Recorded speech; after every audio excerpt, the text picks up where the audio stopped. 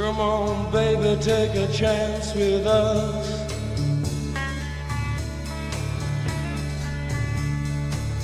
Come on, baby, take a chance with us.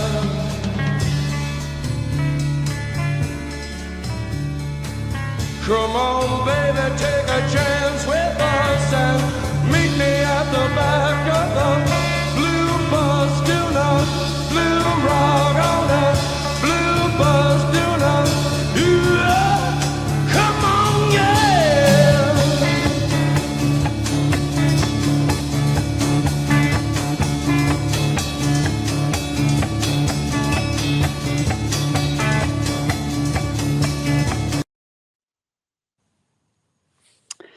So greetings to all of you who may just have joined us for this special presentation of the Kazan Declaration by the BRICS group on Wednesday, the 23rd of October 2024 at the city of Kazan in Tatarstan, part of the Russian Federation. That intro music there obviously was from The Doors and their song called The End. And indeed, as they say in song, that this is the end, and it may well be the beginning of the end for the rules-based international order as propagated by the hegemon of the United States and its NATO vassals. So we'll have to see if that little lyric comes true. The suggestion that you give us a chance, baby, would definitely be consistent with the messaging that's gone out from President Putin and President Xi in the last 3 days. They are very much encouraging other countries to join, if not yet as full members, then certainly as partner members of BRICS, which is like an observer status. Waiting for final confirmation of the exact list of those countries who have joined in the last 3 days as now official partners. And obviously, one of the other things that he said during that song, not in the part that we played there, it was only 1 minute of a very, very long 11-minute song, is the West is best. And according to the members of BRICS, that is from a bygone era. And now the East and Southeast parts of the Global South are indeed the best bits, possibly all of those countries that would formulate the Great Eurasian Partnership. But it seems that that has hit a bit of a roadblock at the moment, even though we were told that it was going to be a long, windy and hard road, because we were informed today that Kazakhstan and Uzbekistan, who have become BRICS partners allegedly, have declined the Russian offer to join the Eurasian Economic Union, which was intended to be the cornerstone of the Greater Eurasian Partnership. So already it would appear that President Putin's lifelong goal may indeed be thwarted. They seem much more keen on joining the Belt and Road Initiative and possibly the other 3 initiatives, which, according to the Chinese, are now being fully integrated into the BRICS agenda. So a little bit of, swapping and choosing going on. No doubt a little bit disappointing for President Putin. It should be noticed in the comments about join us at the back of the blue bus that the back of the stage was blue, so another similarity with the song there. And it's amazing how sometimes songs from 50 years ago, when we come to do these specials, just automatically fall into place, and there's just so many similarities that they seem almost as prophetic as an episode of The Simpsons.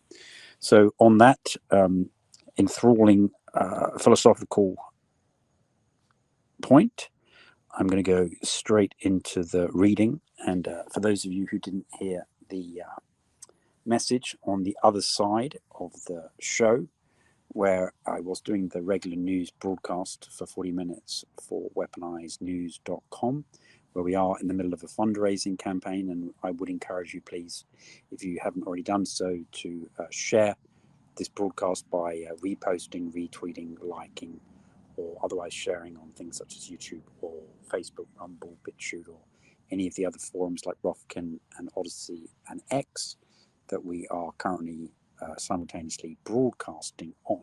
Our fundraising campaign is for the resubscription fees for X and Restream, trying to raise $600 by the end of the calendar year 2024, and that can be aided, please, by making either small lump sum contributions or regular contributions via the service on the top right hand corner of our homepage, which is weaponizednews.com, the website. Okay, so this at the 16th BRICS summit forms the Kazan Declaration. The theme is called Strengthening Multilateralism for Just Global Development and Security. And this is exactly as issued as the final summit communique on the 23rd of October 2024. There's a lot here. I won't comment heavily, though I will comment a little bit with some first instance analysis. And hopefully this will go into the English language record as the first verbal recitation of this important document, which unfortunately many other journalists seem, if not too lazy to read, then certainly too lazy to type up extensive excerpts of. And so I do hope that this is regarded as a public service, not only in the field of international relations, but for all those who follow us regularly and enjoy these type of things, which I tend to do at least once a month, and are intended to inform the most curious of our audience who are already obsessed with the obscure, hard to find, and possibly the most important bits of information that help form the overall picture of what's going on in the era of turbulence and transformation, as President Xi Jinping of China has so frequently described it. So on point number one, they say, we, the leaders of the BRICS countries, met in Kazan of the Russian Federation from the 22nd to 24th of October for the 16th BRICS summit, held under the theme Strengthening Multilateralism for Just Global Development and Security. Going on to paragraph 2, we reiterate the importance of further enhancing BRICS solidarity and cooperation based on our mutual interests and key priorities, and further strengthening our strategic partnership.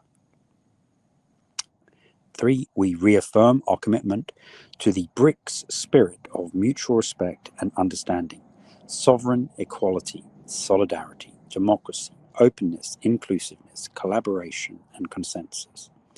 As we build upon 16 years of BRICS summits, we further commit ourselves to strengthening cooperation in the expanded BRICS under the 3 pillars of politics and security, economics and finance, cultural and people-to-people cooperation, and to enhancing our strategic partnership for the benefit of our people through the promotion of peace, a more representative, fairer international order, a reinvigorated and reformed multilateral system, sustainable development and inclusive growth.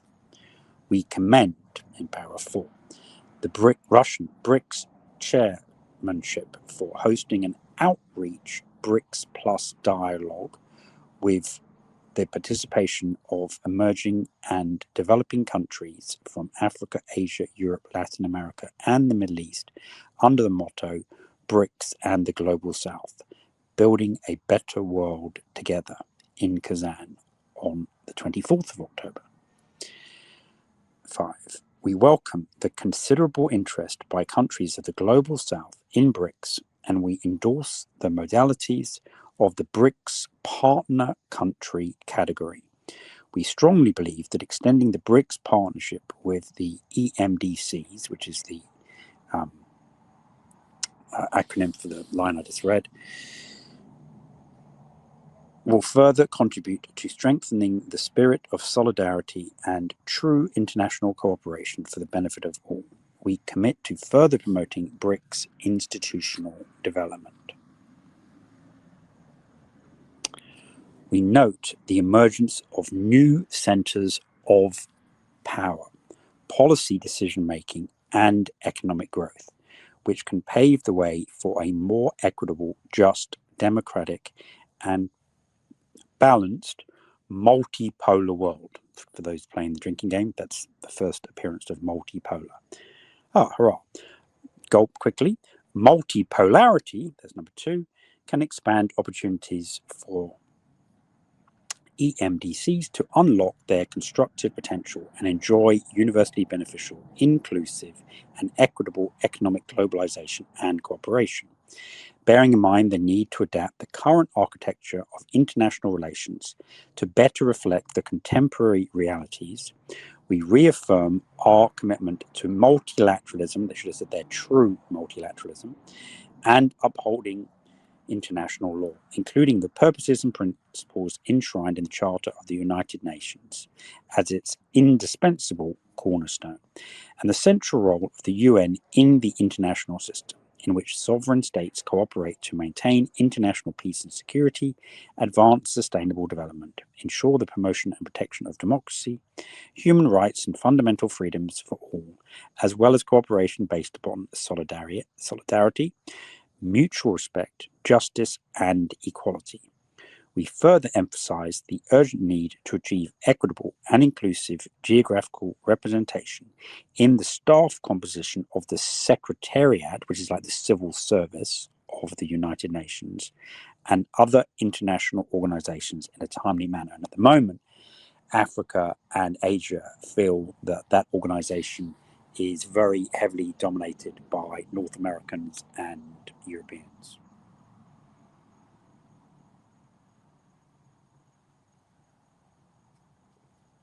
Forgive me, had to catch up on the drinking game there. We reiterate our commitment to improving global governance by promoting a more agile, effective, efficient, responsive, representative, legitimate, democratic, and accountable international and multilateral system. We call for assuring greater and more meaningful participation of EMDCs and least developed countries, especially in Africa and Latin America and the Caribbean, in global decision-making processes and structures, and making them more better attuned to contemporary realities. We also call for increasing the role and share of women, especially from EMDCs, at different levels of responsibility in the international organizations. As a positive step in this direction, we acknowledge the G20 call to action on global governance reform launched by Brazil during its G20 presidency. And obviously, President Lula wasn't there because he had a suspected concussion, having slipped and bashed his head apparently in the bathtub. But the Brazilian foreign minister was there, but it really cut them out of the process to a large extent, it would appear. We also acknowledge dialogues and partnerships which strengthen cooperation with the African continent, like the summit of the Forum on China-Africa Cooperation, which was very important, and the summit declaration of that I read out in total, and we presented that as a lengthy documentary, which you can find whilst making your financial contribution, please, on weaponizednews.com. The India-Africa Forum Summit and the Russia-Africa Summit and Ministerial Conference that happened previously this year.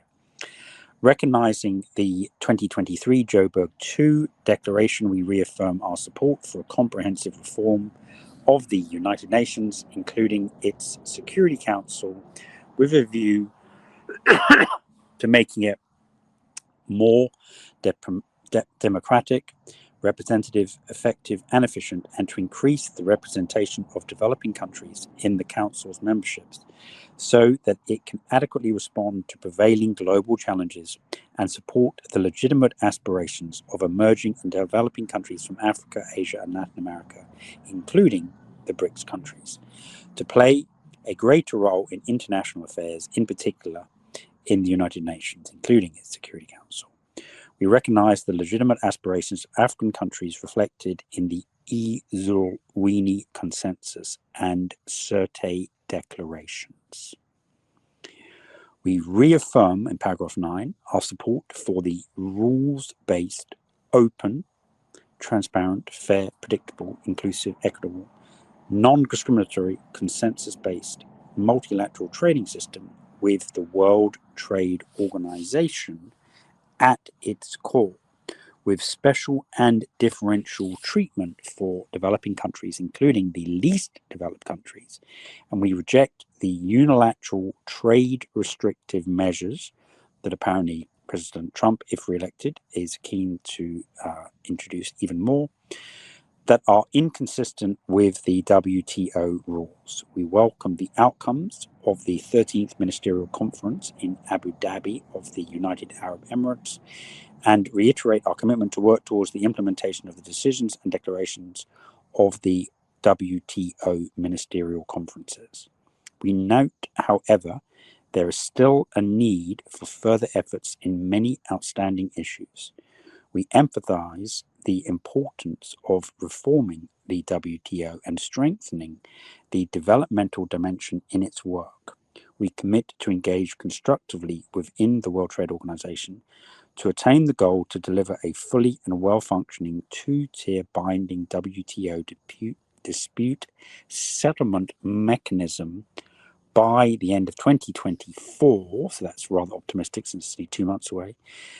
That may indeed be a typo. That may indeed have intended to be 2025, because in 2 months that seems highly unlikely. That would be accessible to all, and the selection of the new appellate body members without further delay, which the United States is causing because they basically don't want the WTO to function, because they know they're going to get ruled against on all their trade barriers that Trump imposed. Fortunately, that SWAT team's not coming to my residence on this occasion, and so the Trump administration having introduced those, they've been largely maintained by the Biden administration, and Trump certainly is indicating that he wishes to place a huge raft of additional tariffs that would all likely be in contravention of the WTO rules. We agreed to enhance our dialogue on multilateral trading systems and WTO-related issues and welcome the establishment of the BRICS informal consultative framework on WTO issues. We reiterate the decision under the Strategy for BRICS Economic Partnerships 2025 to take actions to support the necessary WTO reform to enhance the WTO's resilience, authority, and efficacy and promote development and inclusivity. 10. We are deeply concerned about the disruptive effect of unlawful, unilateral, coercive measures, including illegal sanctions, on the world economy, international trade, and the achievement of the Sustainable Development Goals. Such measures undermine the UN Charter, the multilateral trading system, and the Sustainable Development and environmental agreements. They also negatively impact economic growth, energy, health, and food security, exacerbating poverty and environmental challenges. We reaffirm in paragraph 11 our commitment to maintaining a strong and effective global financial safety net with a quota-based and adequately resourced International Monetary Fund at its center. It should be noted that this week on October 21 to 24, the International Monetary Fund with the World Bank Group have been having their annual conference. So I haven't covered that in great detail on weaponizednews.com. We've been focused largely on BRICS and what's been happening in the Middle East. But there have been, significant decisions, particularly in regard to SDG financing being taken at the World Bank Group conference. So people may wish to have a look at that. And there are plenty of Twitter feeds in that regard. We call for the reform of the Bretton Woods institution, which includes increased representation of EMDC, which is emerging market and developing countries, in leadership positions to reflect the contribution of EMDCs to the global economy. We support a merit-based, inclusive, and equitable selection process for the top positions at the Bretton Woods institution. And there might be seen that inclusive and equitable are exclusive of it being merit-based, but that's another issue. We wish to see increased geographical representation and increased role for the share of women. We note the quota increase at the 60th General Review of Quotas and urge members to secure domestic approvals to make that quota increase effective. We welcome the decision to create a 25th chair at the IMF Executive Board to enhance the voice and representation of sub-Saharan Africa. We acknowledge the urgency and importance of realignment in quota shares to better reflect members' relative positions in the world economy while protecting the quota shares of the EMDCs and in particular the poorest members. We welcome the IMF Executive Board ongoing work to develop by June 2025 possible approaches as a guide for further quota realignment, including through a new quota formula under the 17th guide regarding quotas. The discussions should result in quota realignment that is fair and transparent, enhances the representation of underrepresented IMF members, and transfers quota share from the advanced economies to the EMDC. We look forward also to the International Bank for Reconstruction and Development 2025 shareholding review. And this is actually an important issue because at the moment, America controls something like 27% of the International Monetary Fund, which should no longer be that significant. And that does enable them to essentially put a veto on pretty much all of their prospective funding projects. So they are very, very keen to reduce the influence of the hegemon. Paragraph 12, we recognise the crucial role of BRICS in the process of improving the international monetary and financial systems with a view to making it more responsive to the needs of all countries. And in this regard, we take note of the BRICS chairship research on the improvement of the international monetary and financial system, which outlines core principles of security, independence, inclusion, and sustainability crucial for economic and social prosperity.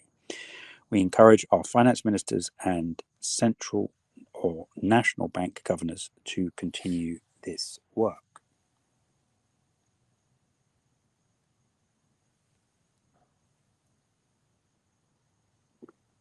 Ah. 13. We stress the universal and inclusive nature of the 2030 Agenda for Sustainable Development, as is beloved by all of the Weaponized News listeners, and its Sustainable Development Goals, and that implementation should take into account different national circumstances, capacities, and level of development, whilst respecting national policies and priorities and in conformity with national legislation. So basically they're saying that the West should go ahead and commit suicide first, economically speaking. We will exert all efforts to achieve sustainable development in its three dimensions and commit to put it at the center of the international cooperation agenda in order to better address imbalances and inadequacies of development. We condemn the attempts to subject development to discriminatory, politically motivated practices, including but not limited to unilateral coercive measures that are incompatible with the principles of the UN Charter, explicit or implied political conditionality of development assistance, which China is particularly good in excluding, activities aiming at compromising the multiplicity of international development assistance providers. And 14, we underscore the key role of the G20 as the premier global forum for multilateral economic and financial cooperation that provides a platform for dialogue of both developed and emerging economies on an equal and mutually beneficial footing for jointly seeking shared solutions to global challenges. We recognize the importance of the continued and productive functioning of the G20 based on consensus with a focus on result-oriented outcomes. We support the Global Alliance Against Hunger and Poverty and the work of the Task Force for a Global Mobilization Against Climate Change, as well as the landmark Rio de Janeiro Declaration on International Tax Cooperation.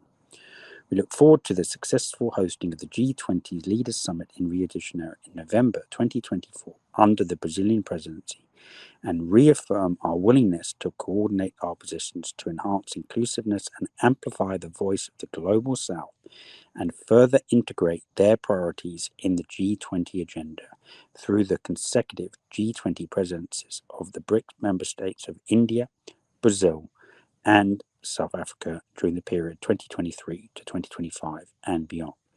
In this regard, we also welcome and support the inclusion of the African Union as a member of the G20 at the G20 New Delhi Summit in 2023, which will now become standard practice. 15. We reiterate that the objectives, principles, and provisions of the United Nations Framework Convention on Climate Change, its Kyoto Protocol, and its Paris Agreement, including its principles of equity and common but differentiated responsibilities and respective capabilities in the light of different national circumstances, must be honoured, i.e., you go first. We condemn unilateral measures introduced under the pretext of climate and environmental concerns, and such as CBAM, for example, the Carbon Border Adjustment Mechanism in Canada and Europe. And we reiterate our commitment to enhancing coordination on these issues. We will strengthen cooperation as a whole range of solutions. We will strengthen cooperation on a whole range of solutions and technologies that contribute to the reduction and removal of greenhouse gases. We also note the role of carbon sinks in absorbing greenhouse gases and mitigating climate change, whilst also highlighting the importance of adaptation and stressing the need for the adequate provision of the means of implementation, namely financial resources, technology transfer, and capacity building, i.e., as well as committing economic suicide, the West needs to give us hundreds of billions of dollars per year. 16. We recall that the UNFCCC, including the annual conference of the parties, the COPE sessions, is the primary and legitimate international forum to discuss the issue of climate change in all its dimensions. We are deeply concerned with the attempts to link security with the climate change agenda. We commend Egypt for hosting COP27 in Sharm el-Sheikh in 2022, where the fund for responding to loss and damage was established, and indeed the UAE for hosting COP28 in Dubai in 2023, where the fund was operationalized. We welcome the UAE consensus achieved at COP28, including the decision entitled Outcome of the First Global Stocktake and the UAE Framework for Global Climate Resilience. We express commitment to a successful COP29 in Azerbaijan with an expectation of strong outcomes on climate finance to developing countries, enabler for delivering on the current and future nationally determined actions and ambitions in mitigation, adaptation, and loss and damage. We support Brazil's leadership in hosting COP30 in 2025 and welcome India's candidacy to host COP33 in 2028, assuming, of course, that the ice caps have melted and we're not all underwater by then.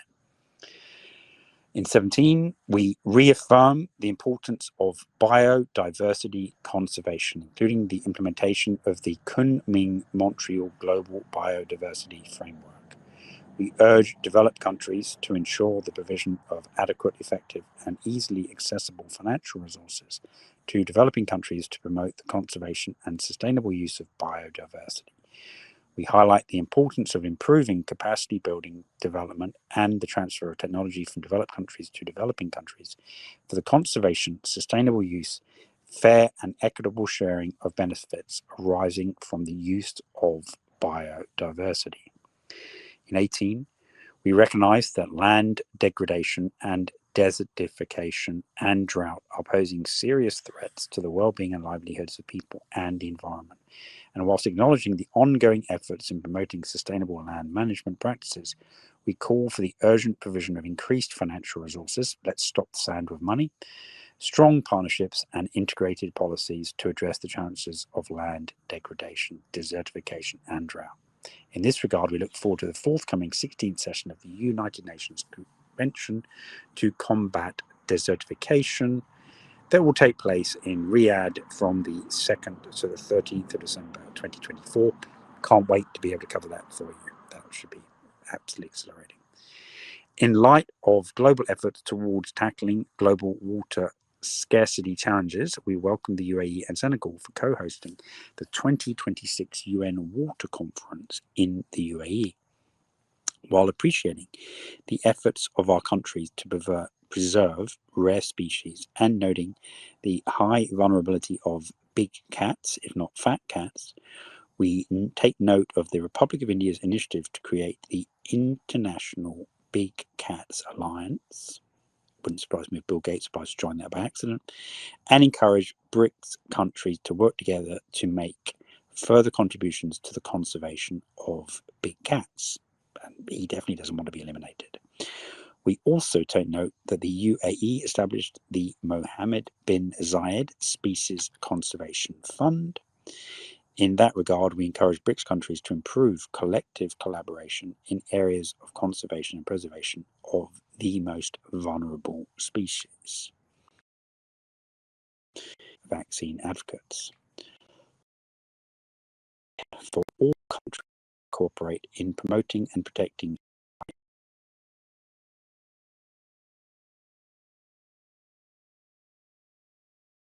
we agree to continue to treat all human rights, including the right to development,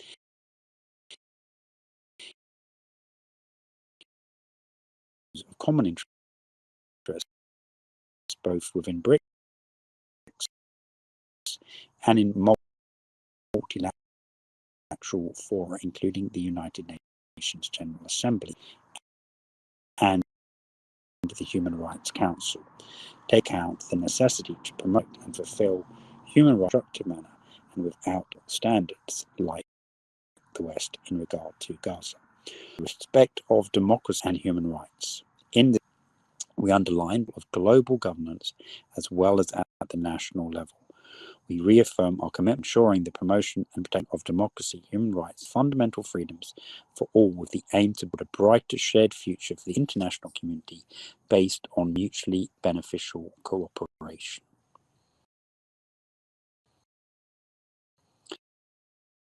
We reiterate that the unilateral coercive measures inter alia in the form of unilateral economic sanctions, secondary sanctions that are contrary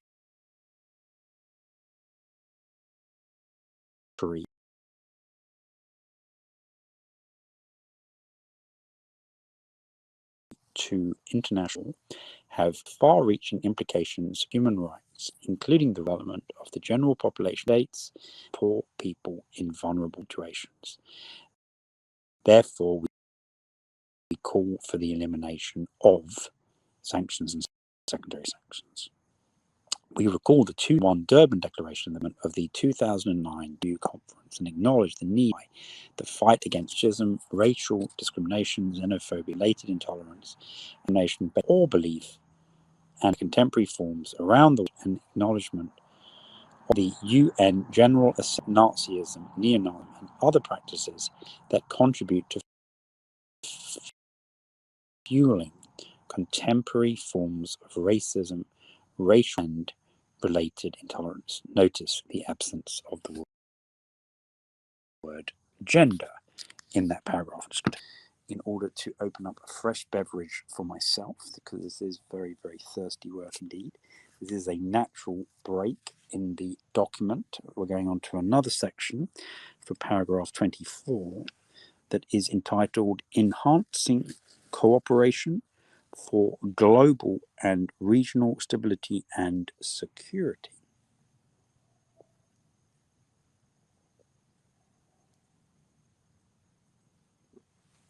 So they continue. We strongly support enhanced BRICS dialogue on policy and security issues. We welcome the joint statement of the BRICS Ministers of Foreign Affairs and the International Relations meeting in Nizhny Novgorod on the 10th of June 2024, and note the 14th meeting of the BRICS National Security Advisors and High Representatives on National Security held on the 10th and 11th of September 2024 in St. Petersburg. We remain concerned about the rise of violence and continuing armed conflicts in different parts of the world, including those that have significant impact at both regional and international levels. We reiterate our commitment to the peaceful resolution of disputes through diplomacy, mediation, inclusive dialogue, and consultations in a coordinated and cooperative manner, and support all efforts conducive to the peaceful settlement of crises. We stress the need to engage in conflict prevention efforts, including through addressing their root causes. We acknowledge the legitimate and reasonable security concerns of all countries. We call for the protection of cultural heritage, particularly in regions affected by conflict, to prevent destruction and the illicit trafficking of cultural property, which is vital for preserving the history and identity of affected communities. We stress that tolerance and peaceful coexistence are among the most important values and principles for relations between nations and societies. In this regard, we welcome the adoption of Security Council Resolution 2686 and other resolutions in this regard, which enjoy consensual support of UN member states. We reiterate in paragraph 27 the need for the full respect of the international humanitarian law in conflict situations and the provision of humanitarian aid in accordance with the basic principles of humanity, neutrality, impartiality, and independence established in United Nations General Assembly Resolution 46/182. We call on the international community to seek collective answers to global and regional challenges and security threats, including terrorism. We stress the need to abide by the purposes and principles of the UN Charter. We reiterate that differences and disputes between countries should be resolved peacefully through dialogue and consultation. We also underline the need to respect the legitimate and reasonable security concerns of all countries. We underscore the need for full, equal, and meaningful participation of women in peace processes, including in conflict prevention and resolution, peacekeeping, peace building, post-conflict reconstruction and development, and in sustaining peace. 28. We are deeply concerned over continued conflicts and instability in the Middle East and North Africa region, noting the joint statement by BRICS Deputy Foreign Ministers and Special Envoys at their meeting of the 25th of April 2024. 29. We mourn the tragic loss of civilian lives in the recent period and express sympathy with all civilian victims and their families. We call for urgent measures in accordance with international law to ensure the protection of their lives. We reiterate our grave concern at the deterioration of the situation in the humanitarian crisis in the occupied Palestinian territory, in particular, the unprecedented escalation of violence in the Gaza Strip and in the West Bank as a result of the Israeli military offensive, which led to mass killing and injury of civilians, forced displacement, and widespread destruction of civilian infrastructure. We stress the urgent need for an immediate, comprehensive, and permanent ceasefire in the Gaza Strip, the immediate and unconditional release of all hostages and detainees from both sides who are illegally held captive, and the unhindered, sustainable, and at-scale supply of humanitarian aid to the Gaza Strip, and the cessation of all aggressive actions. And we also denounce the Israeli attacks against humanitarian operations, facilities, personnel, and distribution points. For this purpose, we call upon the full implementation of UN Security Council Resolutions 2712, 2720, 2728, and 2735. And in this regard, welcome the continuous efforts by the Arab Republic of Egypt, the State of Qatar, other regional and international efforts in order to reach immediate ceasefires and accelerate the delivery of humanitarian aid and Israel's withdrawal from the Gaza Strip. We call for adherence to international law. We are also alarmed that the further escalation of the conflict in the Gaza Strip fuels tension, extremism, and severe negative consequences, both regionally and globally. We call on all relevant parties to act with the utmost restraint and to avoid escalatory actions and provocative declarations. We acknowledge the provisional measures of the International Court of Justice, which is telling the Aardvarks to knock off the genocide, in the legal proceedings instituted by South Africa against Israel.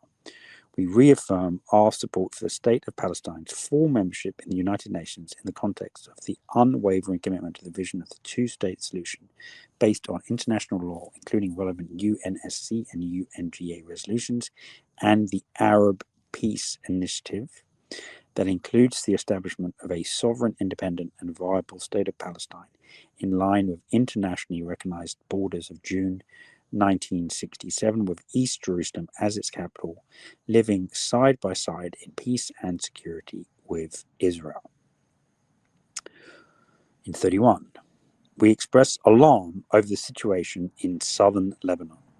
We condemn the loss of civilian lives and the immense damage to civilian infrastructure resulting from attacks by Israel in residential areas in Lebanon and call for the immediate cessation of military acts.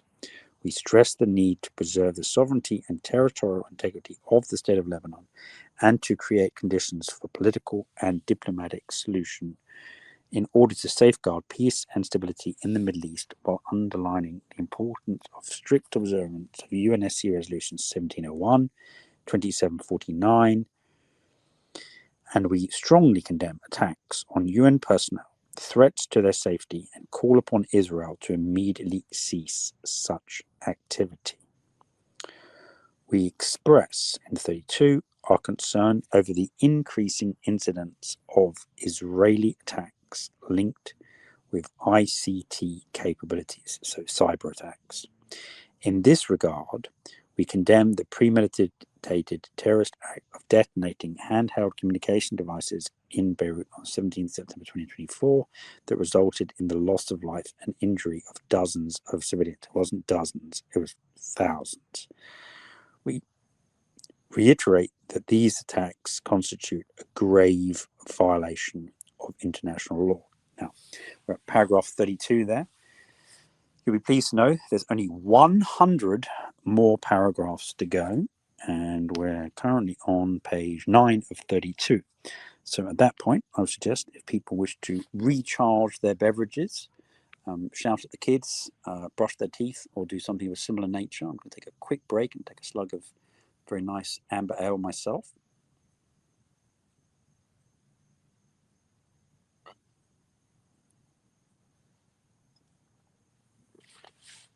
Unfortunately, the word multipolar is not coming up nearly as regularly, but otherwise it might make me rather even more challenged to complete this mammoth task, which is obviously going to take longer than I had anticipated. So we will continue with paragraph 33 of the Kazan Declaration, where the assembled presidents, kings, and otherwise great personages stress, quote, the importance of ensuring the exercise of navigational rights and freedoms of vessels of all the states in the Red Sea and the Bab al-Mandab Strait in accordance with international law. We encourage enhanced diplomatic efforts by all parties to that end, including by addressing the causes of the conflict and continued support for dialogue of Yemen's peace process under United Nations auspices. We stress that Syria's sovereignty and territorial integrity must be strictly observed. It's interesting that this was put out whilst Erdogan was in the room. We condemn illegal foreign military presence that led to increased risks of large-scale conflict in the region, i.e. Turks and the Americans. We emphasize that illegal unilateral sanctions seriously exacerbate the suffering of the Syrian people. We condemn the attack against the diplomatic premises of the Islamic Republic of Iran in the Syrian capital Damascus by Israel on the 1st of April 2024 that constitutes a violation of the fundamental principles of the inviolability of diplomatic and consular premises under the 1961 Vienna Convention on Diplomatic Relations and the 1963 Vienna Convention on Consular Relations. In 36, we recall national positions concerning the situation in and around Ukraine as expressed in the appropriate fora, including the UNSC and UNGA. We emphasize that all states should act consistently with the purposes and principles of the UN Charter in their entirety and international relations. There's quite a bit of wordsmanship there from the Russians because they're trying to make many items interdependent in the principles of the Charter.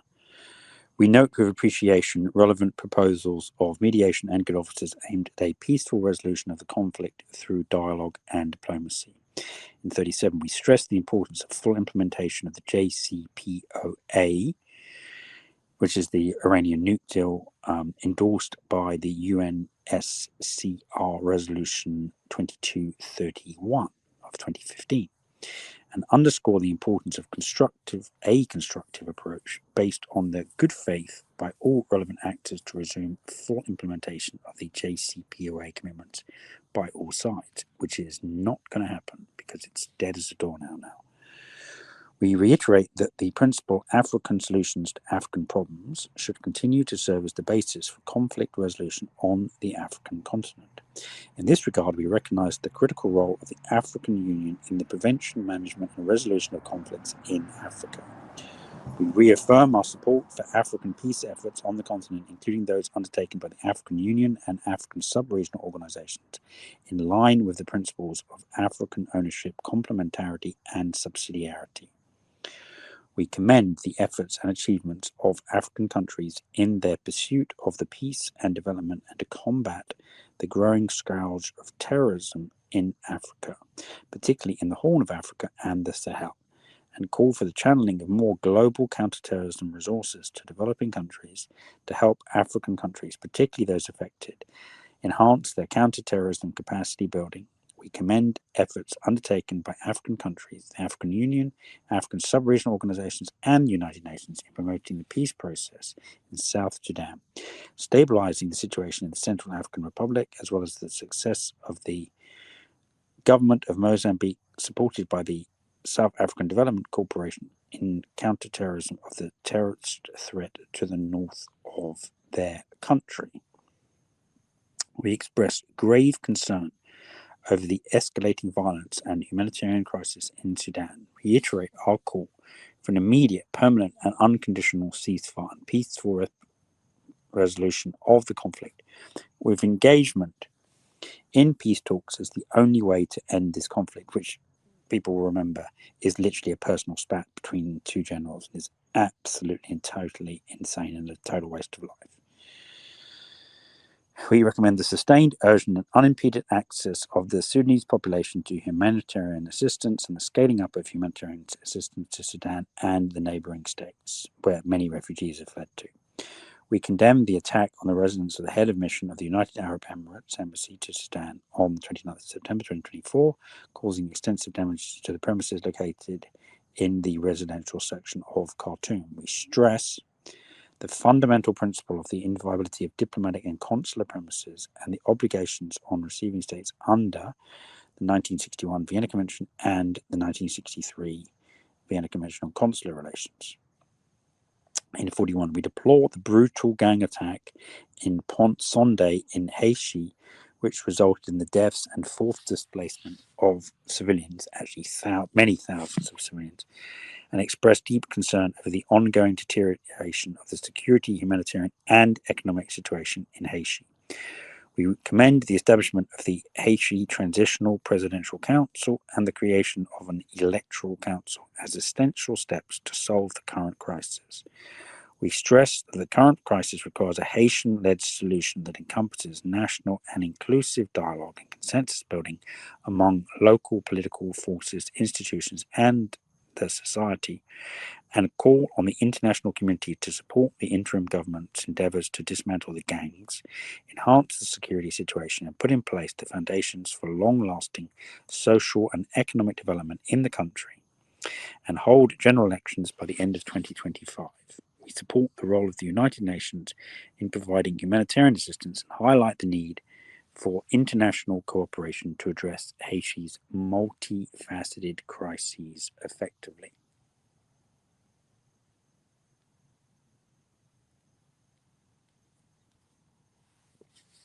In 42, we emphasize the need for an urgent peaceful settlement in Afghanistan in order to strengthen regional security and stability. We advocate for Afghanistan as an independent, united, and peaceful state free from terrorism, war, and drugs. We urge for more visible and verifiable measures in Afghanistan to ensure that the territory of Afghanistan is not used by terrorists. We stress the need to provide urgent and uninterrupted humanitarian assistance to the Afghan people and to safeguard the fundamental rights of all Afghans, including women, girls, and different ethnic groups. We call on Afghanistan authorities to reverse the effective ban on girls' secondary and higher education. We recognize the primary and effective role of regional platforms and neighboring countries of Afghanistan and welcome the efforts of such regional platforms and initiatives to facilitate the Afghan settlement. We call for the strengthening of non-proliferation and disarmament to safeguard and maintain global stability and international peace and security. We note the paramount importance of the efforts aimed at accelerating the implementation of the resolutions on the establishment of a zone free of nuclear weapons and other weapons of mass destruction in the Middle East, excluding, of course, the aardvarks, who've got loads of nukes, including the conference convened pursuant to UN General Assembly Decisions 73/546. We call on all invited parties to participate in this conference in good faith and engage with this effort constructively. We saw in the leaked Israeli documents which they gave to the White House on Thursday last week, the write-up of those with comments from the American intelligence community noted that they had seen no movement of the Israeli nuclear weapons. So that for the first time ever was American official acknowledgement of the existence of Israeli nuclear weapons. In 44, we also call for the implementation of UN Resolution 1540, which offers states an important impetus for adopting effective and robust measures at the national level to prevent weapons of mass destruction, their means of delivery, and related materials from getting into the hands of non-state actors, including terrorists, as well as the frameworks for cooperation at the international level for this aim. We reassert in 45 our support for ensuring the long-term stability of outer space activities and the prevention of an arms race in outer space, otherwise known as PAROS, and of its weaponization, including through negotiations to adopt a relevant legal multilateral instrument to ensure global security. We recognize the submission of the updated draft treaty on the prevention of the placement of weapons in outer space, the threat or use of force against outer space objects, to the Conference on Disarmament in 2014 as an important step towards this goal. We welcome the consensual adoption of the report of the UN Group of Government Experts on further practical measures for the prevention of an arms race in outer space on the 16th of August 2024, which provided substantive elements of a legally binding instrument on PAROS. We stress that practical and non-binding commitments such as transparency and confidence-building measures and universally agreed norms, rules, and principles may also contribute to PAROS, PAROS being the prevention of an arms race in outer space. In 46, recalling the respective obligations of our states in the field of export controls, stemming from relevant internationally recognized legal instruments. We underscore our determination to enhance dialogue and cooperation in this sphere with due account of the necessary balance between non-proliferation and peaceful uses of technology while ensuring legitimate rights of states to participate in the fullest possible exchange of scientific and technological information, equipment, and materials for peaceful purposes. In 47, we reiterate our unequivocal condemnation of terrorism in all its forms and manifestations wherever, and whomsoever committed by, while reaffirming that it should not be associated with any religion, nationality, civilization, or ethnic group. We emphasize that terrorism is a common threat which requires a comprehensive and balanced approach at global and regional levels, with due regard to the national priorities of states. We commit to enhance further international and regional cooperation to prevent counter-terrorism threats on the basis of full respect for the sovereignty and security of states and in accordance with the Charter of the United Nations and international law. We acknowledge that states have the primary responsibility in preventing and combating terrorism with the United Nations and international law. We acknowledge that states have the primary responsibility in preventing combating terrorism and continuing to play a central and coordinating role in this area through the United Nations. Those two sentences, obviously, one of them should have been deleted. We recognize that any acts of terrorism are criminal and unjustifiable, regardless of their motivations, and stress the need to ensure strong collective response to the persistent and emerging terrorist threats without double standards. We reject any attempts at politicalization of counterterrorism issues and the use of terrorist groups to achieve political ends. We commit to take decisive measures to prevent and disrupt the spread of terrorist ideology and radicalization, the misuse of modern technologies for terrorist purposes, cross-border movement of terrorist financing and other forms of terrorism support, incitement to commit terrorist acts, as well as the recruitment of foreign terrorist fighters. We call for an expeditious finalization and adoption of the Comprehensive Convention on International Terrorism within the UN framework, and we call for concerted actions against all UN designated terrorists and terrorist entities. In 48, we look forward to further strengthening practical counter-terrorism cooperation. We welcome the activities of the BRICS Counter-Terrorism Working Group and its 5 subgroups based upon the BRICS Counter-Terrorism Strategy and the BRICS Counter-Terrorism Action Plan, including adoption of the Counter-Terrorism Working Group Position Paper. We reiterate our commitment to preventing and combating illicit financial flows, money laundering, terrorism financing, drug trafficking, corruption, and the misuse of new technologies, including cryptocurrencies.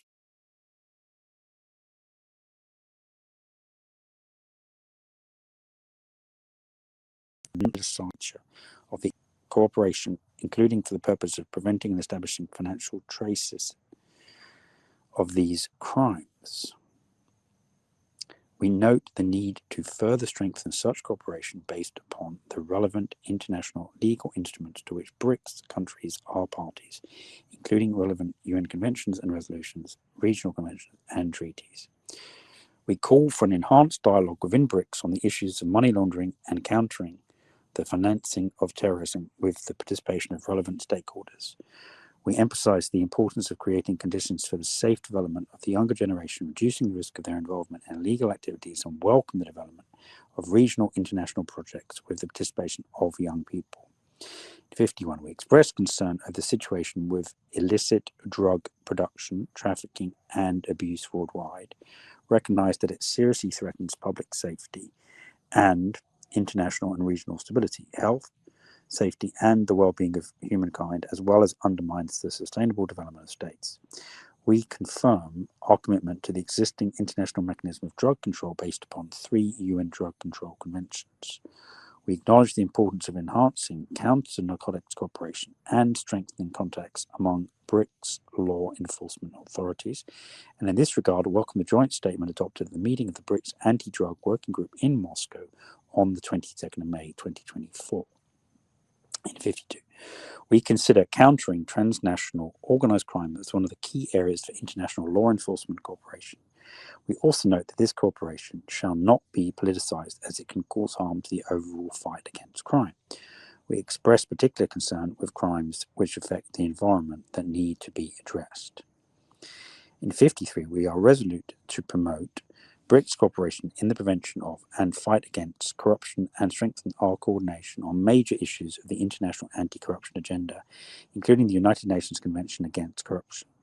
We are determined to honour our commitment and call for the international community to strengthen cooperation on denial of safe haven to corruption.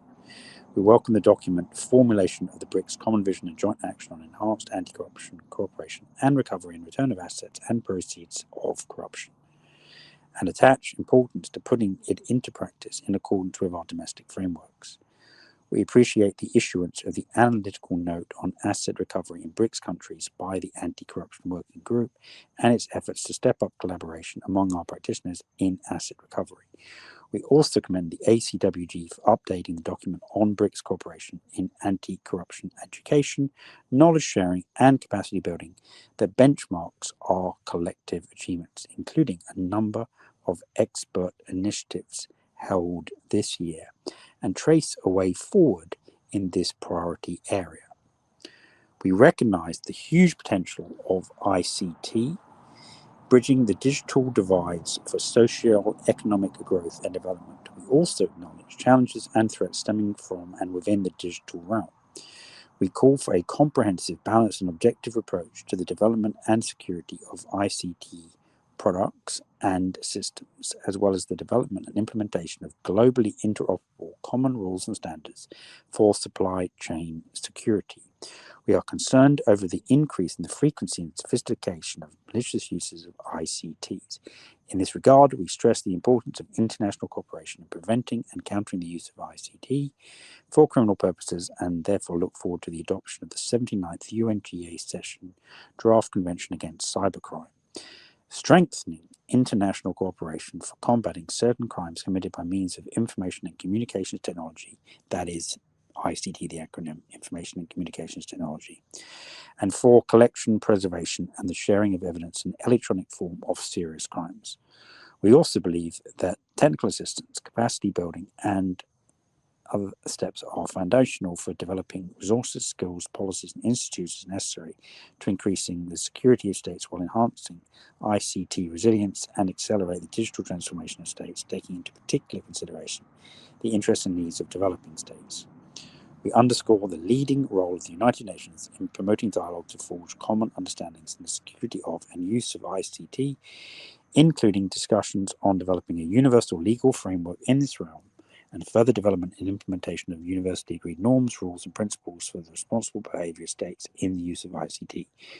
We commend the ongoing work of the UN OEWG on security and of the use of ICTs from 2021-2025 as the sole global and inclusive mechanism on this matter, and support the establishment by consensus of a single-track, state-led, permanent mechanism under the auspices of the United Nations, reporting to the First Committee of the UNGA. Recognising the importance of the principle of consensus regarding both the establishment of the future mechanism itself as well as the decision-making processes of the mechanism, we are committed to promoting respect for state sovereignty and sovereign equality in the ICT environment and oppose unilateral actions that could undermine international cooperation in this domain, including global supply chains and sustainability. In 55, we recognise the progress made in promoting BRICS cooperation in accordance with the roadmap of practical cooperation on ensuring security in the use of ICTs, and in the progress report, including the establishment of further operationalisation of the BRICS points of contact directory for pragmatic cooperation among national entities responsible for responding to ICT incidents as a confidence-building measure. We underscore the importance of establishing frameworks of cooperation among BRICS member states for ensuring security in the use of ICTs. We also acknowledge the need to advance practical intra-BRICS cooperation through the activities of the BRICS Working Group on the security in the use of ICTs. We express serious concern in paragraph 56 over exponential spread and proliferation of disinformation, misinformation, including propagating false narratives and fake news, as well as hate speech, especially on digital platforms fueling radicalization and conflicts. While reaffirming commitment to the sovereignty of states, we emphasize the importance of information integrity and ensuring free flow of and public access to accurate, according to WHO, fact-based information, including the freedom of opinion and expression, as well as digital and media literacy, in order to allow for meaningful connectivity in accordance with the applicable national and international laws. Now, that takes us to paragraph 56. And as you can see, reading 132 paragraphs in one go is going to be very, very challenging for the listeners and also for my voice, given that I now have a sore throat, cold, and cough. So what I'm going to do is get to the end of paragraph 66 with the assistance of this additional bottle of amber ale, and then stop for the evening. That will be exactly halfway through the document. Okay, so there's 10 more paragraphs to go to the halfway point. And then for paragraph 67 to 132, I'll read those after the regular show, which will be, once again, 30 or 40 minutes, and then I'll read the second half of this document tomorrow. So fear not, the second half will be available as an audio reading, and we will splice the two together for the document that we will put out in audio form on Saturday afternoon, New York time. So this next section is called Fostering Economic and Financial Cooperation for Just Global Development. In paragraph 57, recalling the 2023 Johannesburg II Declaration, we reiterate our strong belief that multilateral cooperation is essential to limit the risks stemming from geopolitical and geoeconomic fragmentation and commit to intensify efforts in areas of mutual interest, including, but not limited to, trade, poverty, and hunger reduction, sustainable development, including access to energy, water, food, fuel, fertilizers, as well as mitigating and adapting to the impact of climate change, education, and health, including pandemic prevention, preparedness, and response. That is an exceptionally long sentence. That entire paragraph is one sentence, about 60 or 70 words. In 58, we emphasize the importance of the full implementation of the Addis Ababa Action Agenda adopted at the Third International Conference on Financing for Development in 2015 and the effective participation of developing countries in the Fourth International Conference on Financing for Development, which will be held in Spain from June 30th to the 3rd of July 2025. We call on the developed countries to honour their commitment to financing for development and encourage their cooperation with developing countries in different development areas, including taxation, debt, trade, and official development assistance, technology transfer, and the reforming of the international financial architecture. We underscore the need to reform, in paragraph 59, the current international financial architecture to meet the global financial challenges, including global economic governance, to make the international financial architecture more inclusive and just. At 60, we note that high debt levels in some countries reduce the fiscal space needed to address ongoing development challenges aggravated by spillover effects from external shocks, particularly from fluctuations in financial and monetary policies in some advanced economies, as well as the inherent problems with the international financial architecture. High interest rates and tighter financing conditions worsen debt vulnerabilities in many countries. We believe it necessary to address the international debt properly and in a holistic manner to support economic recovery and sustainable development, taking into account each nation's laws and internal procedures, accompanied by sustainable debt and fiscal prudence. We recognize the need to address in an effective, comprehensive, and systematic manner the debt vulnerabilities of both low and middle income countries. One of the instruments, amongst others, to collectively address debt vulnerabilities is through predictable, orderly, timely, and coordinated implementation of the G20 Common Framework for Debt Treatment with the participation of official bilateral creditors, private creditors, and multilateral development banks, in line with the principle of joint action and fair burden sharing. It's basically debt write-offs. We recognize the use of blended finance as an effective way to mobilize private capital to finance infrastructure projects. We note the important role of multilateral development banks and development finance institutions, in particular national development banks, in institutionally scaling up the use of blended finance and other instruments, and thereby contributing to the achievement of the sustainable development goals in accordance with country-specific needs and priorities. To this end, we commend the role of BRICS public-private partnerships and infrastructure task force and endorse its technical report on infrastructure projects blended finance. We recognize the key role of the new development bank, which is basically the BRICS central bank, in promoting infrastructure and sustainable development of its member countries. No, that's not quite true. It's not yet the BRICS central bank, but it could become. We support further development of the NDB and improvement in corporate governance and operational effectiveness towards the fulfillment of the NDB General Strategy for 2022-2026. We support the NDB in continuously expanding local currency financing, strengthening innovation innovation in investment and financing tools. We encourage the bank to follow member-led and demand-driven principles, the employment of innovative financing mechanisms to mobilize financing from diversified sources. And in this regard, we acknowledge the initiative to create new investment platforms to leverage the existing institutional infrastructure of the new development bank to boost the investment flow into the countries of BRICS and the Global South mechanisms. We support the enhancement of capacity building and knowledge exchange, including by building synergies with knowledgeable sources from developing countries, the assistance of member countries in achieving the SDGs, and the further improvement of efficiency and effectiveness to fulfill its mandate, aiming to be a premier multilateral development institution for emerging markets and developing countries. We agree to jointly develop the new development bank into a new type of multilateral development bank in the 21st century. We urge the bank to execute its purpose and functions in accordance with the Articles of Agreement of the new development bank in a fair and non-discriminatory manner. We support the further expansion of NDB membership and expedited consideration of applications of BRIC countries in line with the NDB general strategy and related policies. And 63. We welcome the BRICS interbank cooperation mechanism focused on facilitating and expanding innovative financial practices and approaches for projects and programs, including acceptable mechanisms for financing in local currencies. We welcome a continued dialogue between the ICM and the NDB.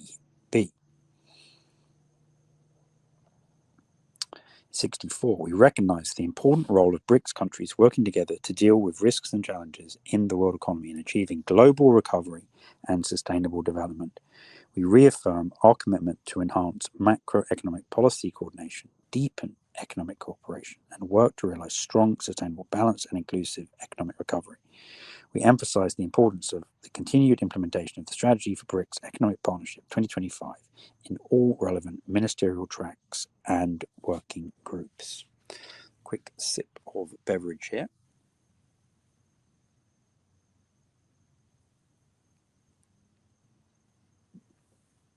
Just two more paragraphs, then some goodbyes and interim, it turns out, bout of music from Kazan in the local language with English subtitles, hopefully, if they play correctly. And so to continue, for paragraph 65, we reiterate our commitment to enhancing financial cooperation within BRICS.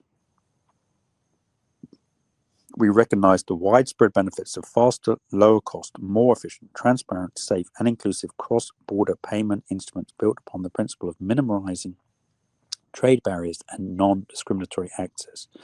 We welcome the use of local currencies in financial transactions between BRICS countries and their trading partners.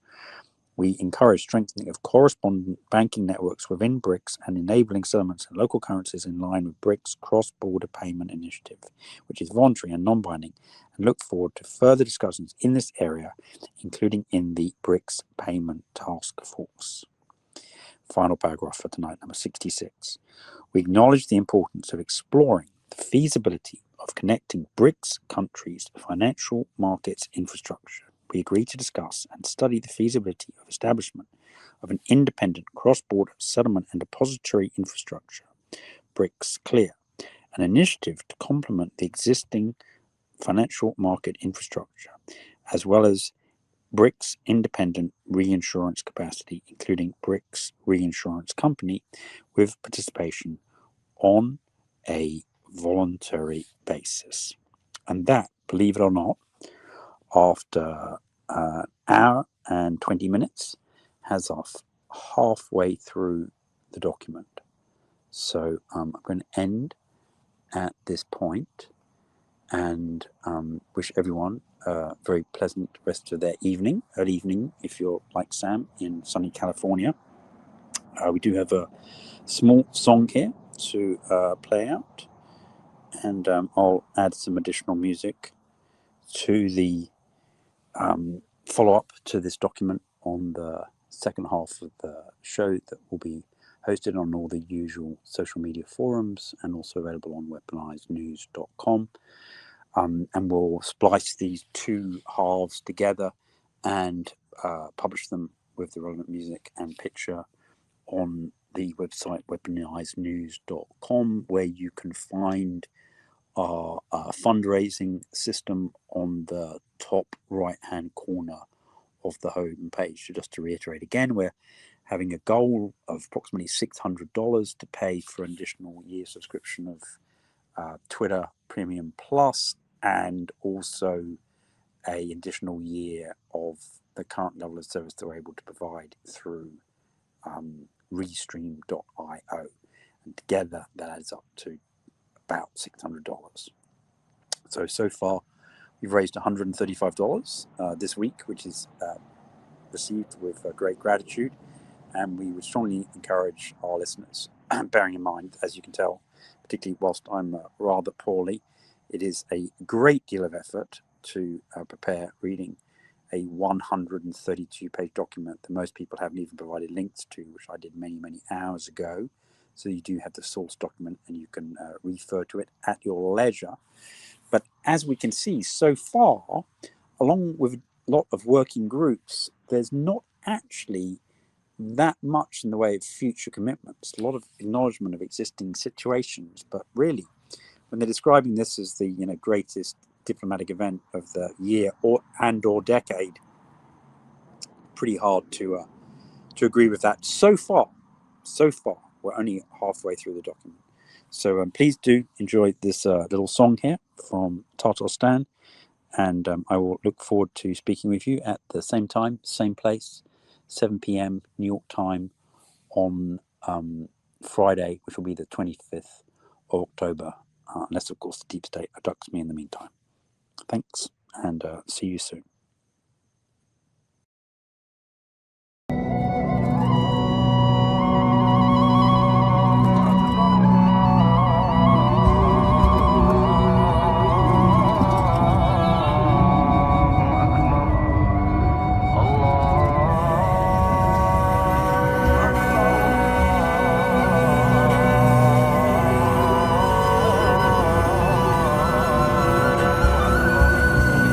أشهد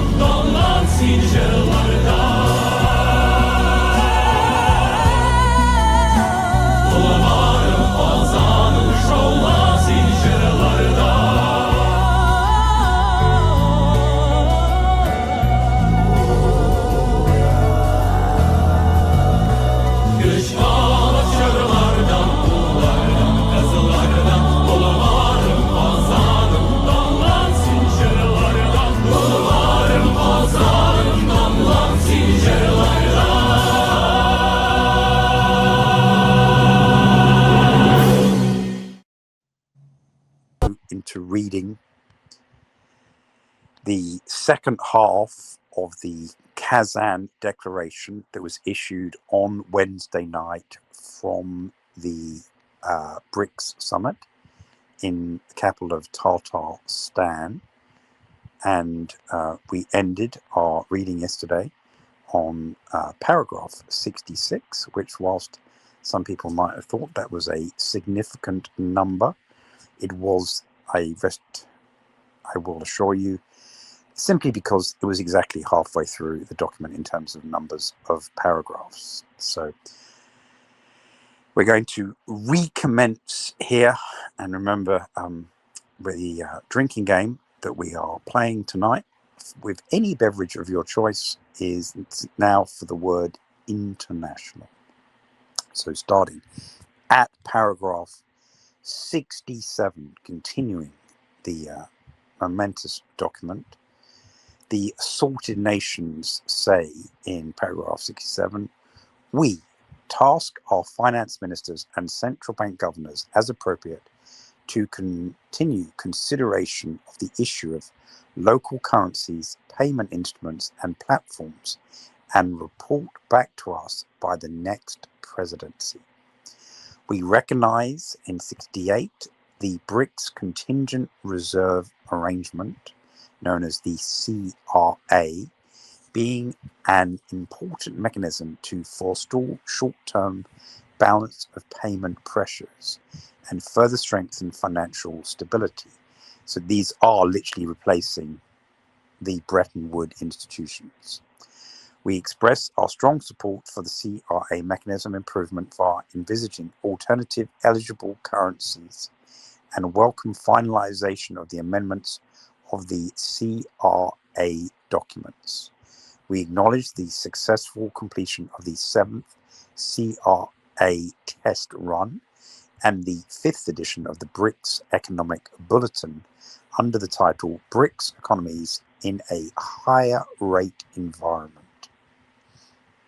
We acknowledge the outcomes of the first cross-border BRICS Rapid Information Security Channel drills in paragraph 69 that would further strengthen the BRICS countries' financial sector's cyber resilience. We highlight that in paragraph 70, secure, resilient, stable, effective, and open supply chains are crucial for sustainable development.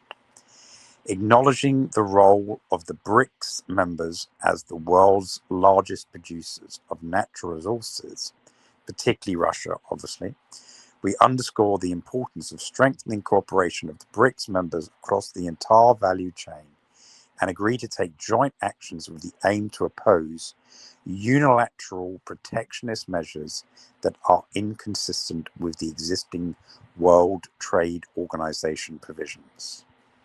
In 71, they say, we are concerned with the fast-paced digitalization process of all aspects of human life in the 21st century. As a Luddite, I share in their concerns. We underscore the key role of data for development and the need to intensify the engagement within BRICS to address this issue. We highlight that fair, inclusive, and equitable governance of data is critical to enable developing countries to harness the benefits of the digital economy and emerging technologies, including artificial intelligence. We call for the design of a fair and equitable global framework for data governance, including cross-border data flows, to address the principles of collection, storage, use, and transfer of data, ensure the interoperability of data policy frameworks at all levels, and distribute the monetary and non-monetary benefits of data with developing countries. In 72, we emphasize that e-commerce has become an important driver of global economic growth, fostering international trade in goods and services, ensuring foreign investment flows, and facilitating innovation. We are resolved to further increase trust in e-commerce and ensure full-fledged protection of the rights of e-commerce parties, by intensifying cooperation in the realms of utilizing digital technologies for consumer rights protection, exploring online dispute resolution tools, and creating enabling environments for businesses to enter global markets, exchanging views on the issue of small value product trade through the cross-border e-commerce.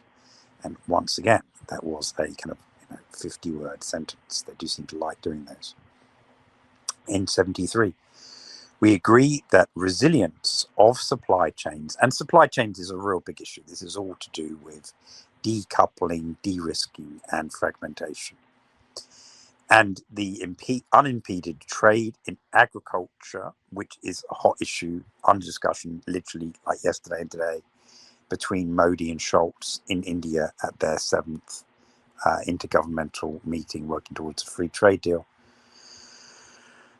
Agriculture, along with domestic production, are crucial for ensuring food security and livelihoods, especially for low-income or resource-poor farmers, as well as for net food importing developing countries.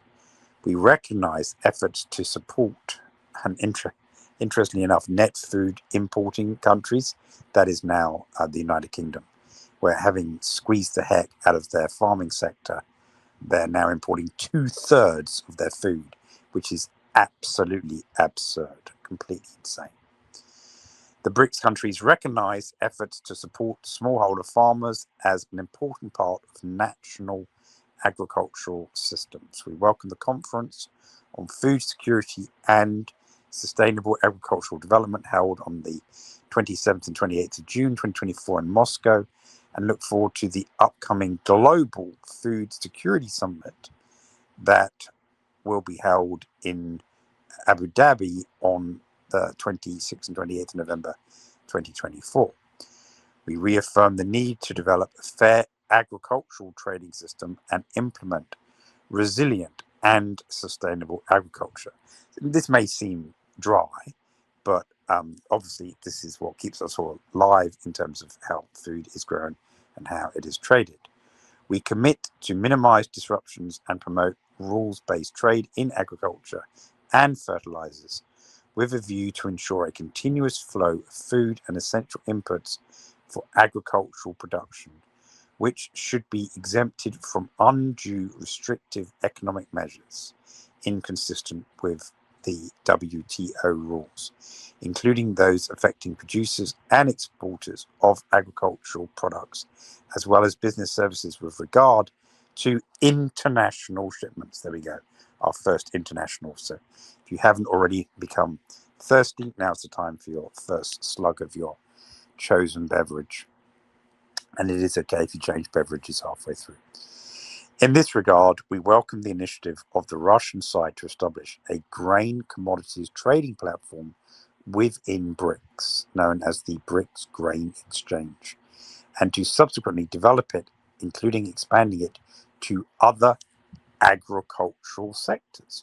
So if one were to do a new currency per se, then having a BRICS grain exchange, which includes other agricultural sectors, would enable you not, as the gold bugs would tell us, to back the new currency by gold, which, by the way, isn't working out for Zimbabwe, who in September had a 40% devaluation of their gold-backed currency, so that hasn't proven to be a good store of wealth or value. But what would be useful was if they backed it by commodities, because as they say, you can't eat gold. But if you can turn the currency into a basket of commodities, then I understand that unless you're a beaver chewing on lumber, wouldn't be particularly pleasant. But if it is millet and corn and maize and rice, and some of those other derivatives such as flour or beef or pork bellies or orange juice even, then it would be interesting to actually be able to convert them if they were backed by edible commodities. We recognize the effectiveness in paragraph 74, of special economic zones, which the Russians are setting up in Africa, along with assistance from the Chinese, and the Chinese are setting up all over Eurasia as well. The special economic zones of the BRICS countries as a well-established mechanism for trade and industrial cooperation and the facilitation of manufacturing, including those, but not limited to, high-tech sectors of the economy, information technology and IT-enabled services, tourism, port and transport infrastructure, development and commercialization of technologies, as well as for the production of new types of value-added products. We acknowledge the special economic zones provide immense opportunities for encouraging additional investment in priority areas of economic development. We welcome the establishment of a forum for the cooperation on SEZs, the special economic zones, of the BRICS countries. We agree to carry out practice-oriented activities, including exchanges of best practices on the implementation of standards and methodologies for managing SEZs. We acknowledge that the MSME sector, which I think is small and medium-sized enterprises, is a well-proven lever of economic growth, enabling an increase in overall labor productivity, household incomes, and quality of goods and services. We intend to exchange best practices of supporting MSMEs, including through digital services and platforms aimed at simplifying business operations. We recognize the importance of maintaining existing value chains created with participation of MSMEs, as well as building up new cooperative ties for them, especially high-tech and innovation-driven ones within BRICS.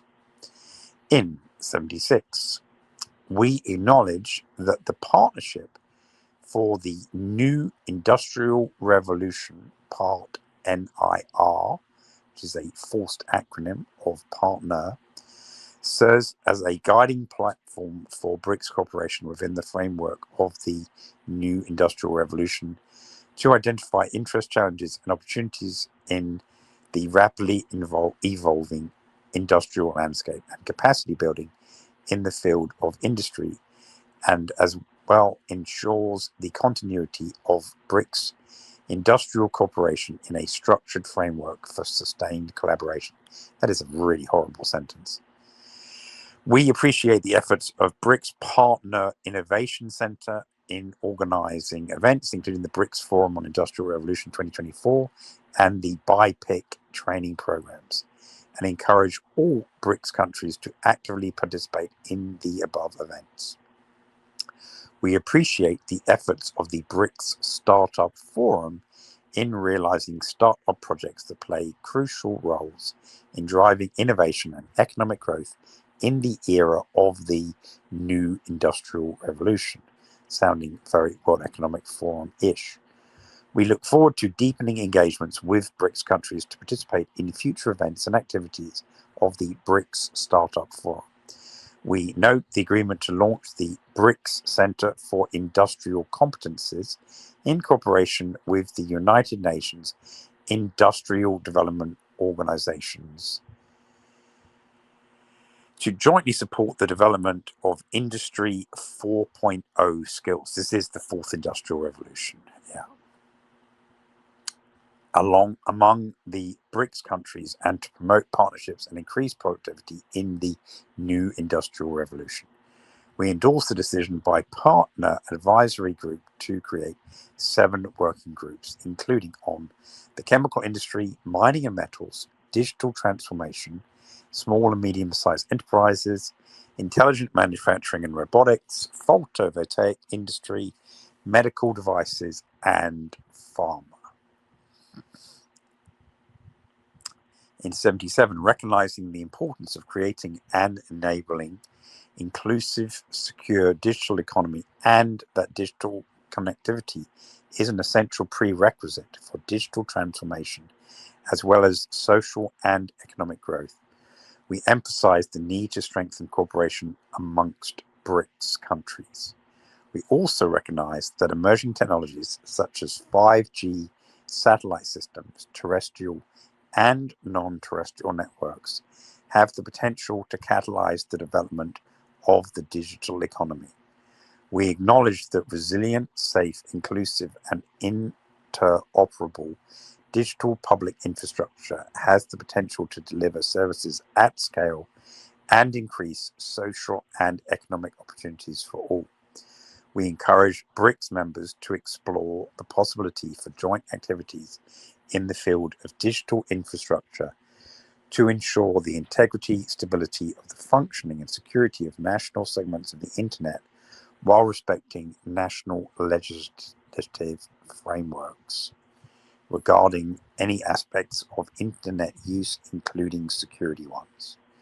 We note the need to enhance further intra-BRICS dialogue to unlock the enormous potential of ICTs and encourage policy exchanges and dialogues on artificial intelligence with a view to establishing an effective global governance framework based on broad consensus to boost national economies as well as to mitigate the risks of malicious use, misinformation, privacy leakage, prejudice, and discrimination arising from such technologies, and to uphold a human-centered, development-oriented, inclusive, and sustainable approach with the aim to improving people's lives and bridging digital divides, especially between developed and developing countries.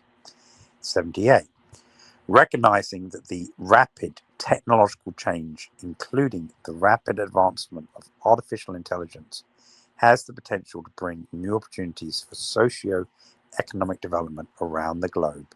We encourage more international discussions. We support the United Nations to play an important role in global AI governance and welcome the UN General Assembly Resolution A RES/78/311 entitled Enhancing International Cooperation on Capacity Building of Artificial Intelligence, which was adopted by consensus. We look forward to BRICS cooperation to help developing countries strengthen AI capacity building. We encourage consultations on AI topics, including through the established BRICS Institute of Future Networks, otherwise known as BIFN, and the Study Group on Artificial Intelligence. We reiterate in 79 our support to the work of the BIFN and encourage all BRICS members to nominate national branches. Recalling the decision of creation of 4 study groups under the BIFN Council and noting the discussion on their draft terms of references. We encourage BRICS members to actively participate in this regard as appropriate. We encourage the study groups to start working and recognize the continuing efforts of the focus group on BRICS platforms on the digital public good created under the BRICS Working Group on ICTs. In 80, whilst emphasizing the fundamental role of access to energy in achieving SDGs and noting the outlined risk to energy security, we highlight the need for enhanced cooperation amongst the BRICS countries as major producers and consumers of energy products and services towards fair, inclusive, sustainable, equitable, and just energy transitions. We believe that energy security, access, and energy transitions are important and need to be balanced, taking into consideration full and effective implementation of the UNFCCC, which is the climate change accord, and its Paris Agreement. We reaffirm our determination to foster free, open, fair, non-discriminatory, transparent, inclusive, and predictable international, for the second time, have a slug there, energy trade and investment environments, and agree to deepen technological cooperation. We stress the necessity for resilient global supply chains and stable, predictable energy demand in order to provide universal access to affordable, reliable, sustainable, and modern energy sources, as well as to ensure national, global, and regional energy security. In this regard, we strongly condemn all terrorist attacks against critical cross-border energy infrastructure such as Nord Stream. And it should be noted that Putin, in his wrap-up speech for BRICS yesterday, said that one of the pipelines of Nord Stream 2 was still functioning. And when the Germans decided they wanted to get cheap natural gas, all they had to do was push a button and the thing could be fully functional. The BRICS countries call for an open and unbiased approach to investigating such incidents, which has not happened to date in relation to Nord Stream 2. In 81, we reiterate the need to take into account national circumstances, including climate and national conditions, the structure of national economies and energy mix, as well as the specific circumstances of those developing countries whose economies heavily depend on income or consumption of fossil fuels and related energy-intensive products to achieve just energy transitions. We believe that the efficient use of all energy sources is critical for just energy transitions towards more flexible, resilient, and sustainable energy systems. And in this regard, we uphold the principle of technological neutrality, i.e., using all available fuels, energy sources, and technologies to reduce greenhouse gas emissions, which includes, but is not limited to, fossil fuels with abatement, so like CO2 filters for burning coal, and removal technologies, biofuels, natural gas, and LPG, hydrogen and its derivatives, including ammonia, nuclear, and renewable power. We call for allocating adequate, predictable, and accessible finance from developed to developing countries for the just energy transition, in line with the principles of CBDRRC, and stressing that new industrial development models associated with energy transitions will require enormous investments in existing and new infrastructure. So basically those two paragraphs show us the money. We, interestingly enough, they're asking King Charles and Prime Minister Starmer to show the British Commonwealth the money as well, where their demand has increased, and this is a side note, not from $200 billion for reparations, but now $18 trillion in addition to the energy transition compensation. So this goes to show there that Britain may indeed be utterly bankrupt, because that is 4 times the entire gross domestic product. In fact, it's 4 times the gross national income, which is the same as King John was ransomed for when he was taken hostage on his return from the Crusades. They literally had to raise 4 times the national income of Britain. So in 83, the countries reject unilateral, punitive, and discriminatory protectionist measures that are not in line with international law, under the pretext of environmental concerns, such as unilateral and discriminatory carbon border adjustment mechanisms. If you haven't looked into that, it's incumbent upon any global citizen to understand the massive inflationary single currency for the world potential for carbon border adjustment mechanisms, otherwise known as CBAMs. Due diligence requirements, taxes, and other measures, and reconfirm our full support for the call in COP28 related to avoidance of the universal trade measures based on climate or environment. We also oppose unilateral and protectionist measures which deliberately disrupt the global supply and production chains and distort competition, such as the restrictions on the American export of advanced chips for AI and any other technology related to AI that the United States is trying to prevent going to China. In 84, We welcome the ongoing cooperation under the framework of the BRICS Energy Research Cooperation Platform, including BRICS Just Energy Transition Report, and note with appreciation the 6th BRICS Youth Energy Summit that was held on the 27th and 28th of September 2024 in Moscow.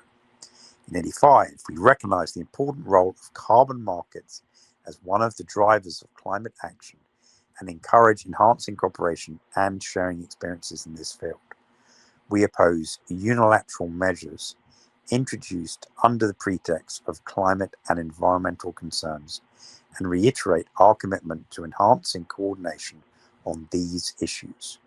We welcome the adoption of the Memorandum of Understanding on the BRICS Carbon Markets Partnership as a platform dedicated to sharing knowledge, experiences, and case studies of developing carbon markets and discussing the potential inter-BRICS cooperation on carbon markets to exchange views on potential cooperation under Article 6 of the Paris Agreement amongst the BRICS countries.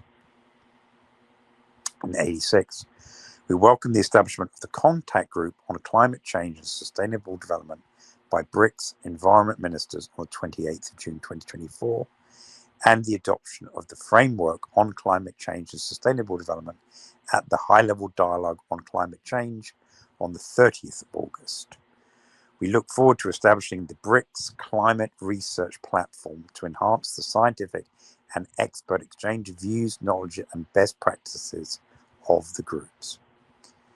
In 87, we underscore the critical need for active climate adaptation projects moving beyond research and forecasting to the implementation of practical solutions, advancing renewable energy, sustainable financing, low emission technologies, and sustainable development investments, whilst highlighting the importance of collective and international number 3 cooperation to address the adverse impacts of climate change and ensure inclusive, equitable climate initiatives.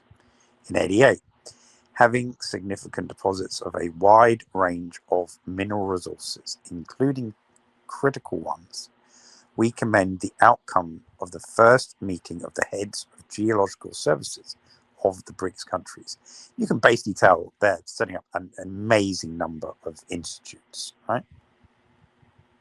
And we acknowledge joint effort to launch the BRICS Geological Platform as the first step of practical collaboration in the field of geology and rational development of mineral resources.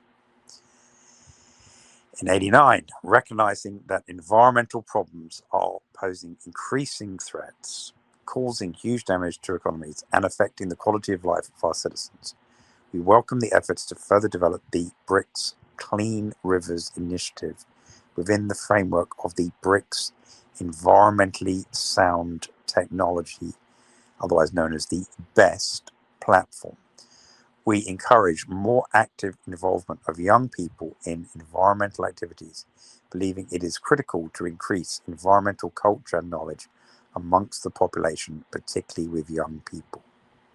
In 90, being fully aware of the critical importance of the oceans for sustainable development and climate stability, we recognize that appropriate planning and management, as well as adequate funding, capacity building, transfer and development of marine technology, are essential to assure the protection of the marine environment and the conservation and sustainable use of marine resources and biodiversity. The person who wrote that paragraph did like the word "and."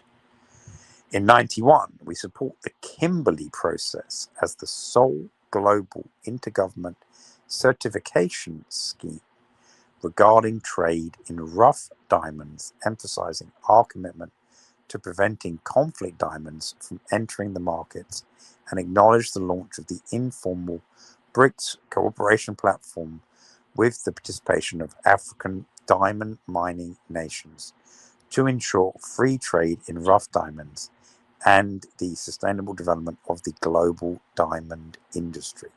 So that's particularly important to Russia and to Thailand and to India. We welcome the UAE's efforts as chair of the Kimberley process of 2024. we support efforts to increase the turnover of precious metals within BRICS based on common quality standards. Acknowledging the developed transport infrastructure in 92, safe, secure and cost-effective international number 4 transport routes. Innovative technologies and regulations would facilitate trade flows and cross-border movement of people. We recognize the importance of integrating various modes of transport for an efficient and sustainable transportation system in the BRICS countries.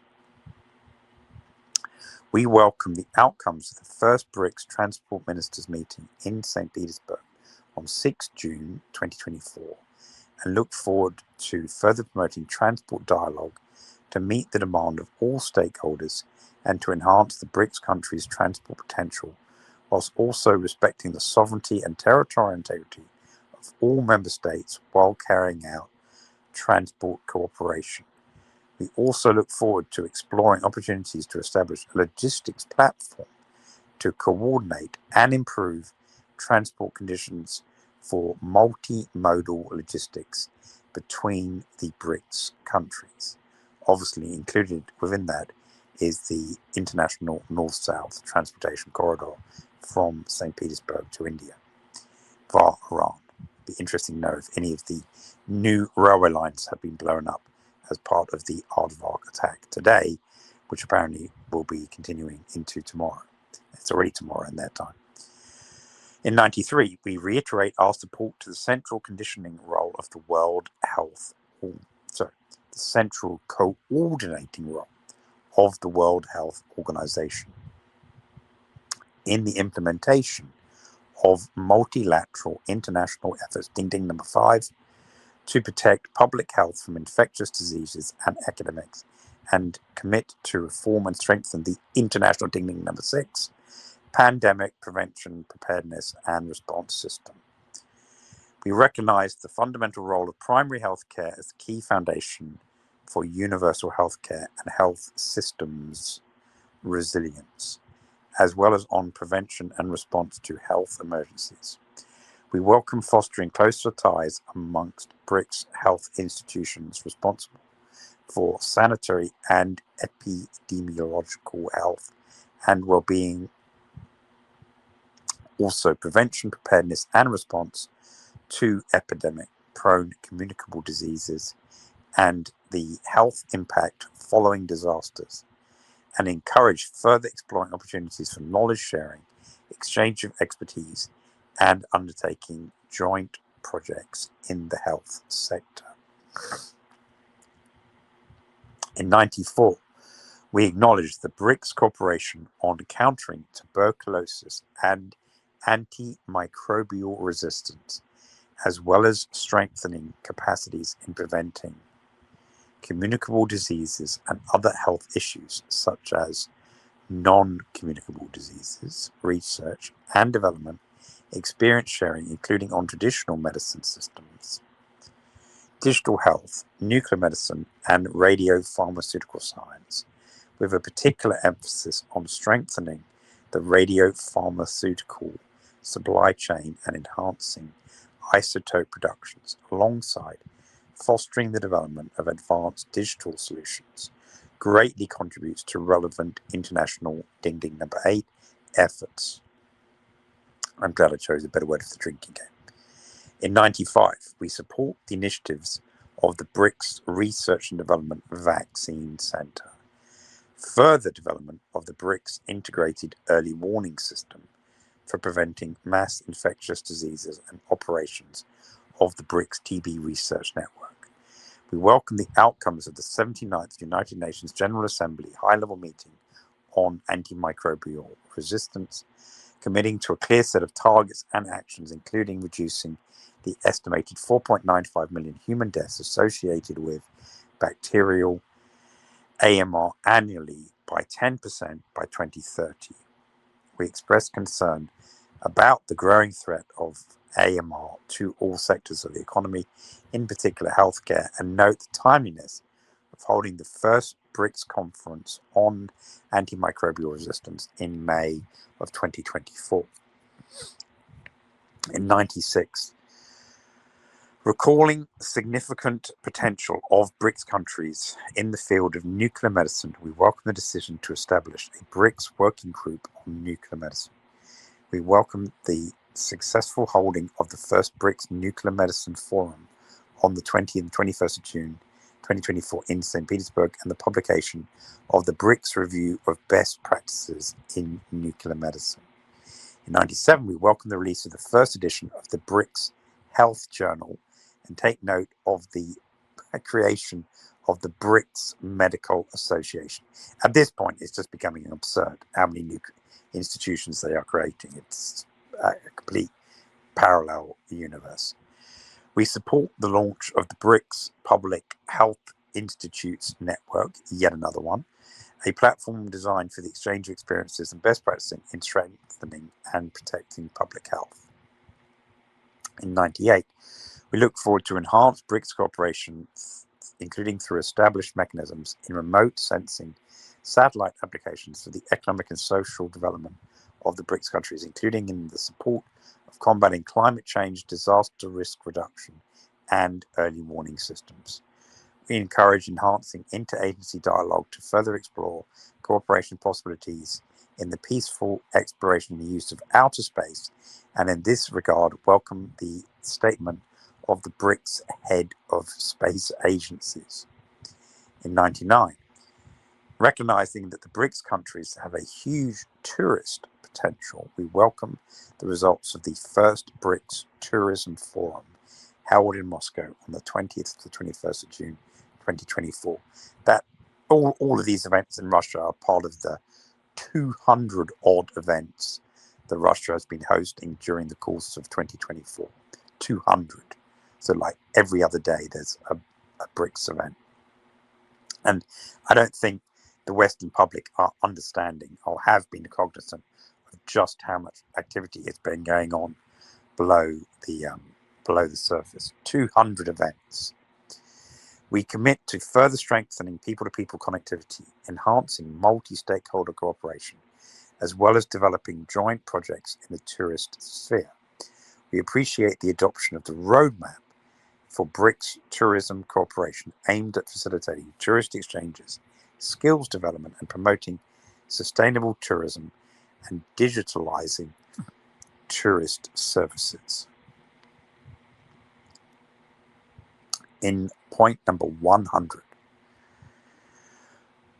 we reaffirm our commitment to further advance and develop cooperation in the field of competition law and policy amongst BRICS countries with a view to contribute to sustainable development of markets, effective combating of anti-competitive cross-border practices, promoting healthy market environments.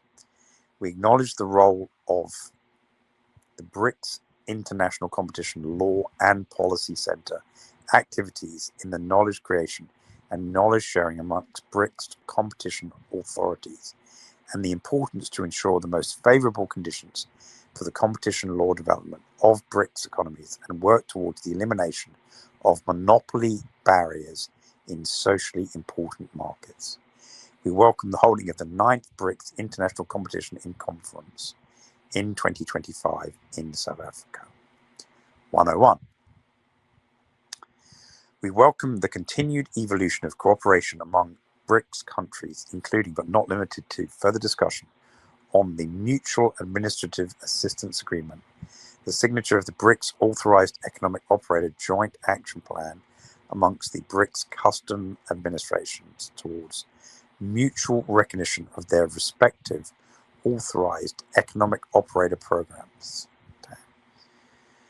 Such cooperation enables the inclusion of new countries and their induction in the established processes, capacity building, law enforcement cooperation, and the strengthening of cooperation amongst BRICS customs training centers to implement joint customs training activities, and the establishment of BRICS centers of excellence and their related online platforms. In 102, recognizing the importance of further enhancing and institutionalizing BRICS tax cooperation, We welcome the adoption of BRICS Heads of Tax Authorities Governance Framework as an important step towards systematic and consistent tax cooperation among BRICS countries. In 103, we welcome the UN General Assembly Resolution 78/230 on the promotion of inclusive and effective international tax cooperation at the United Nations. We express our appreciation for the commitment and dedication in developing the terms of reference for a United Nations Framework Convention on International Tax Cooperation and by the UN Ad Hoc Committee. We recognize the critical importance of developing the Framework Convention on International Tax Cooperation, with its early protocols to strengthen that cooperation and make it fully inclusive and more effective. We expect that the implementation of that framework will promote an inclusive, fair, transparent, efficient, equitable, and effective international tax system for sustainable development, with a view to enhancing the legitimacy, certainty, resilience, and fairness of international tax rules, while addressing challenges to strengthen domestic resource mobilization. We support initiatives to enhance tax cooperation and build a more progressive, stable, and effective international tax system, promoting tax transparency and facilitating discussions on effective taxation of high net worth individuals. So, bad news for the likes of Bezos and Bill Gates. 104. We recognize the role of standardization tools in trade facilitation and agree to strengthen mutually beneficial cooperation in the sphere of standardization. In 105, recognizing the importance of data, statistics, and information for effective decision-making, we express our support to enhance the statistical cooperation within BRICS, including the annual release of the BRICS Joint Statistical Publication that I'm going to have to subscribe to, and the BRICS Joint Statistical Publication Snapshot, as well as the exchange in best practices in the areas of official statistics in the member countries of BRICS. We welcome the cooperation of BRICS intellectual property offices and exchange of best practices and expertise in the intellectual property field, in particular on advanced technological issues aimed at supporting right holders, including small and medium enterprises, and talent in IP protection, commercialization, and utilization. In 107, we reiterate the need to further strengthen BRICS cooperation in the field of disaster management. We stress the importance of improving national disaster risk reduction systems and capacities so as to reduce disaster-related damage and protect infrastructure, human lives, and livelihoods. In this regard, we encourage enhancing comprehensive disaster risk reduction capacity of BRICS countries to effectively resist natural disasters, including floods, droughts, spelled wrong, earthquakes, forest fires, etc. We support the enhanced dialogue on the development of systems for the monitoring of natural hazards, forecasting natural disasters, and their possible consequences, including the use of satellite Earth observation, promoting the development of information and early warning systems for natural disasters. In 108, we reaffirm our commitment to enhancing BRICS cooperation in labour market development and promoting high quality and full employment through sustainable economic and social development, inclusive and human-centred labour markets.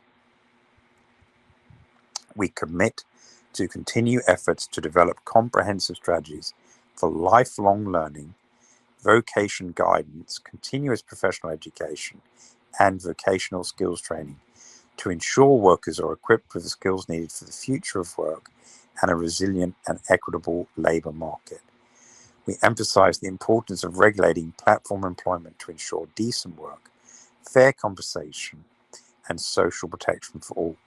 We commit to improving safety and healthy working conditions and modernizing social support systems, and to take all relevant measures to reduce occupational injuries and diseases to meet the diverse needs of our populations.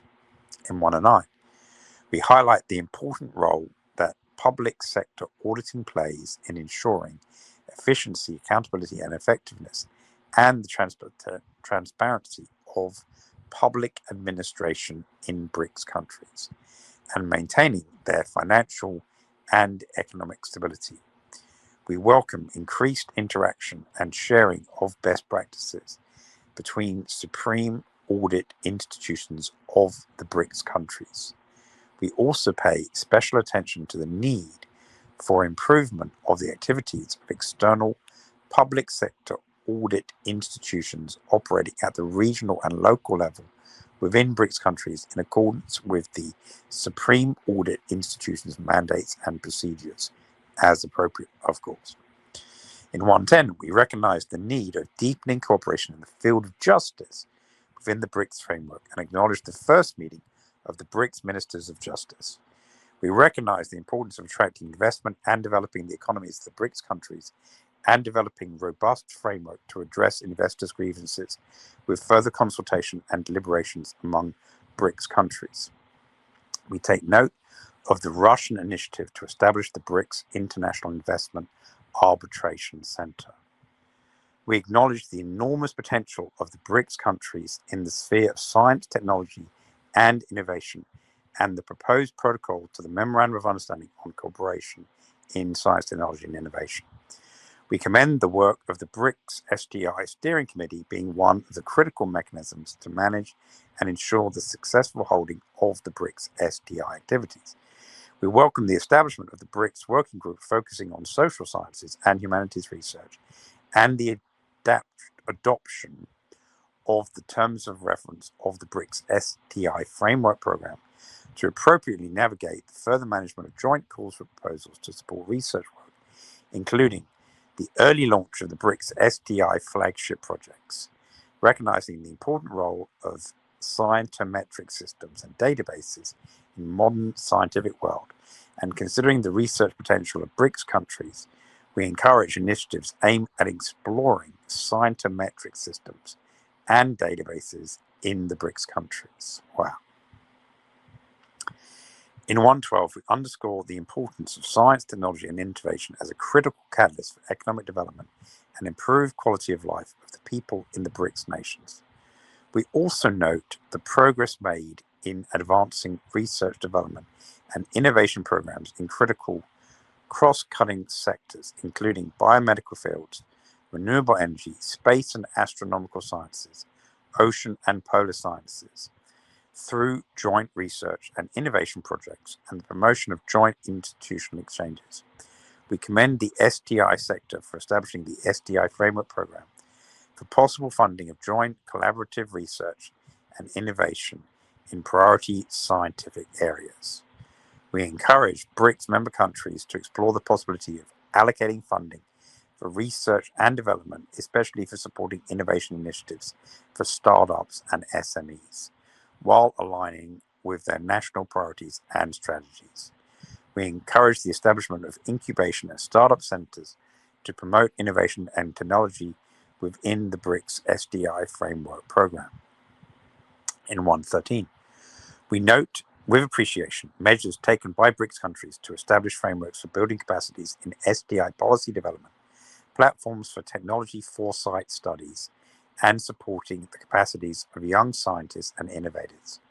We encourage all BRICS member countries to explore ways to enhance investment in research infrastructures to advance scientific capabilities and competitiveness. We welcome the enlargement of the BRICS Network University, as well as expansion of its research areas, including mathematics, natural sciences, social and humanitarian sciences, sustainable agriculture, food security, health sciences. We agree to explore opportunities of cooperation between the BRICS member states to promote the development of the framework for mutual recognition of qualifications, such as exists across Europe. We support continued dialogue on quality evaluation systems for BRICS universities in line with their national education systems. We reaffirm our commitment to enhancing BRICS technical and vocational educational and training cooperation and appreciate the pivotal role of the BRICS TVET Cooperation Alliance as a multilateral platform for dialogue, experience sharing, and project collaboration. We look forward to further discussions on qualitative and quantitative assessment of technical and vocational education and training systems through joint research projects. We support the establishment of the BRICS Digital Education Cooperation Mechanism as an outcome of the consultative process agreed by the BRICS Ministers of Education in the 2023 Quota Declaration and the 2024 Kazan Declaration. In 116, we appreciate the initiative to establish on 18th August BRICS Geographers' Day as an annual professional holiday aimed at fostering joint research in geographical and geospatial services within BRICS to enhance capacities in addressing sustainable development challenges. In 117, we welcome the hosting of the Global Education Meeting on 1 November 2024 in Brazil, dedicated to Social Development Goal number 4 and spearheaded by UNESCO, which for the first time will be held in a country of the Global South. In 118, we are recognizing that the development of high technology products based on domestic technological capacity is a key factor predetermining competitiveness of national economies contributing to sustainable and inclusive economic growth. We encourage technological cooperation among BRICS countries. We acknowledge the chairship's initiative on the BRICS New Technology Platform under the umbrella of the BRICS Business Council, aimed at promoting technology and innovation cooperation between BRICS countries. We note the results of the BRICS Solutions Award 2024 that distinguished the best technological practices in priority areas of innovative development in the BRICS countries. We now have another subheading. This is strengthening people-to-people exchanges for social and economic development. In para 119, we reaffirm the importance of BRICS people-to-people exchanges in enhancing mutual understanding, friendship, and cooperation. We appreciate events held under Russia's chairmanship in 2024, including in the fields of media, culture, education, sports, arts, youth, civil society, public diplomacy, and economic exchanges, and acknowledge that people-to-people exchanges play an essential role in enriching our societies and developing our economies. In this regard, we call for more efforts to respect diversity of cultures, high-value inheritance, innovation, and creativity. Jointly advocate robust international, I believe that's number 10, people-to-people exchanges and cooperation, and recognize the adoption of UN General Assembly Resolution A-Res 78/286 entitled The International Day for Dialogue Among Civilizations, which the Chinese jammed in without the Americans noticing.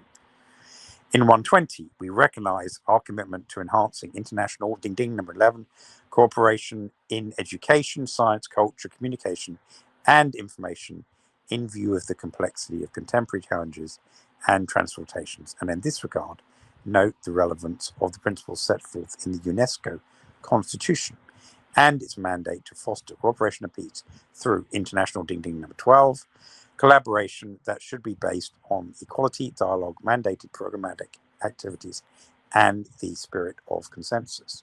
We recall the UNESCO Framework for Culture and Arts Education that was unanimously adopted in Abu Dhabi in February of 2024. In 121, we underscore the vital role of culture in sustainable development, as it is largely benefiting economic growth, social cohesion, and overall well-being. Not if you're spreading monkeypox, though. In this context, we reaffirm the importance of strengthening BRICS cooperation in the fields of culture and preservation of cultural heritage. We welcome the BRICS Cultural Festival that highlights the diversity and richness of the BRICS countries' cultures and serves as a catalyst for fostering greater mutual understanding among our nations. We also welcome the BRICS Film Festival and music concerts. We encourage participation in BRICS alliances, including the Alliance of Museums, the Alliance of Art Galleries, the Alliance of Libraries, and the Alliance of Theatres for Children and Young People. We welcome the establishment of the BRICS Alliance of Folk Dance and the establishment of the BRICS Film School Alliance. Wow, there's a lot of alliances. In 122, we regard these alliances as ideal in supporting cultural exchange, knowledge sharing, and preservation of our shared heritage.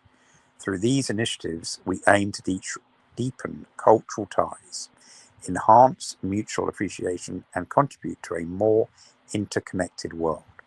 We underscore the importance for the BRICS cooperation in the fields of preserving cultural heritage and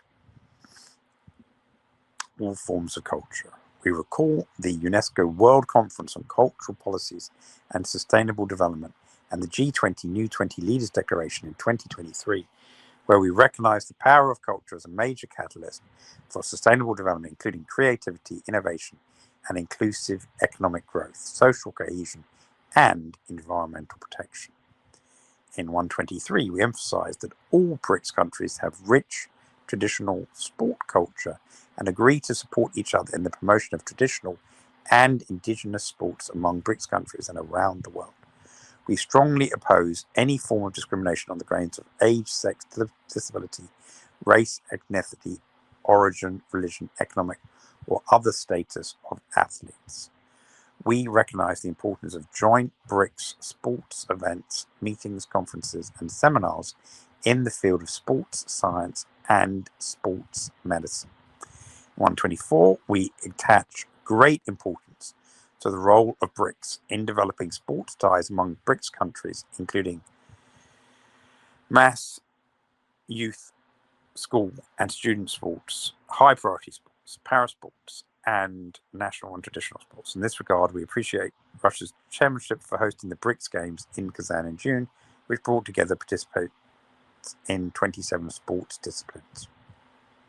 We reiterate the need to develop youth exchanges, including such areas as education training, skills development, science, technology, innovation, entrepreneurship, healthy lifestyles, and sports, as well as community service and volunteering.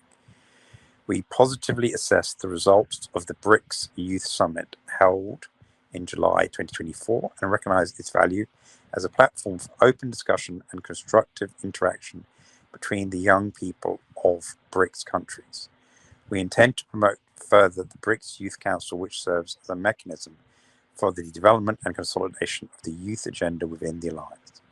We agree to explore the possibility to organize educational missions to BRICS countries to raise awareness of young people about the values and principles of BRICS. In 126, we commit to further promoting interparliamentary interaction between BRICS member states through regular exchange of views, experiences, and best practices in line with the memorandum on the BRICS Parliamentary Forum signed on 28th of September 2023 in Johannesburg and its protocol signed on 12th of July 2024. In this regard, we welcome the successful holding of the 10th BRICS Parliamentary Forum in St. Petersburg in July of 2024. We acknowledge that dialogue among political parties in paragraph 127 of BRICS countries plays a constructive role in building consensus and enhancing cooperation. We note the successful hosting of BRICS political parties dialogue in Vladivostok in June 2024 and welcome other BRICS countries to continue the tradition of holding this event in the future. In 128, we commend the progress made by BRICS countries in promoting affordable housing and urban development and resilience and appreciate the contribution of mechanisms, including the BRICS Urbanization Forum, the BRICS Friendship Cities and Local Governments Cooperation Forum, and the BRICS Municipal Forum to facilitating the building of more friendship in city relations among BRICS countries and promoting the implementation of the 2030 Agenda for Sustainable Development. In 129, we commend the successful holding of the BRICS Business Forum. We welcome the BRICS Business Council's self-reflection with a focus on milestones achieved and areas of improvement. We support the BRICS Business Council activities in different domains, including agriculture, finance and investment, infrastructure, transport and logistics, digital economy, energy, manufacturing, and sustainable development. In 130, we acknowledge the critical role of women in political, social, and economic development.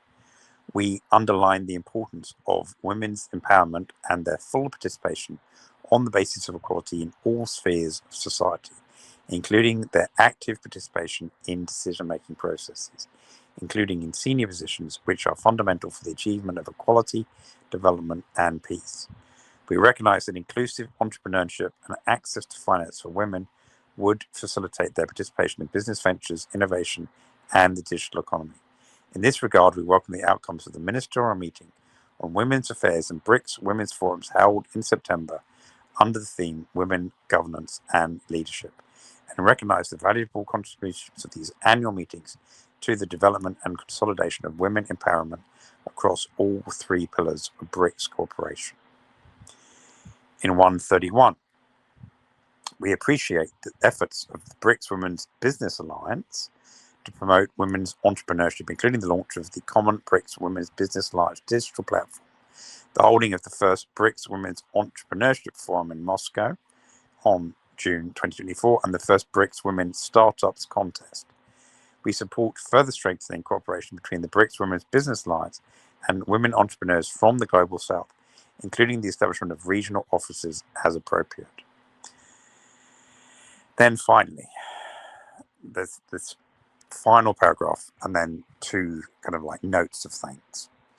We encourage strengthening ties between experts, communities, and civil societies of BRICS countries. In this regard, we welcome the successful holding of the BRICS Academic Forum and the BRICS Civil Forum, activities of the BRICS Think Tank Council, enhancing cooperation and research and capacity building amongst the academic communities of BRICS countries, and the launching of the BRICS Think Tank Network for Finance that will support the discussions of the BRICS Financial Tract. We endorse the establishment of the Civil BRICS Council. And finally, they commend Russia's BRICS chairmanship in 2024 and express their thanks for the hosting of the annual summit in Kazan. And they extend full support to Brazil for the chairmanship for 2025 and holding of the 17th BRICS Summit in Brazil. So there you go. If you have managed to endure the full reading of all 12,030 words, then you are among the very, very few people in the world who can actually say that if they haven't read the Kazan Declaration, they have actually heard the audio version of it. I have read it in its entirety in two parts that will be combined in a podcast that will be available for your future reference, which I'm sure will occur regularly. As we notice, these various BRICS alliances, countworks, networks, and every other manner of organization that have seemed to explode in proliferation in the previous 10 months. It's absolutely astonishing how many forums they have created. It is literally a parallel international society. It really is quite incredible how many bodies they've created. Now, it's one thing creating these forums, and it's another thing actually generating anything meaningful out of them. I completely acknowledge that point. But when they say the BRICS isn't an alternative to the United Nations, they're clearly co-opting the United Nations. But every aspect of that organization and its other organizations, they're clearly reproducing on a alternative basis. So I will speak with my co-host Sam Cheney about doing a special broadcast in relation to the aardvark attack on the Iranians on Saturday. I will be on 3 shows: Weaponized News and the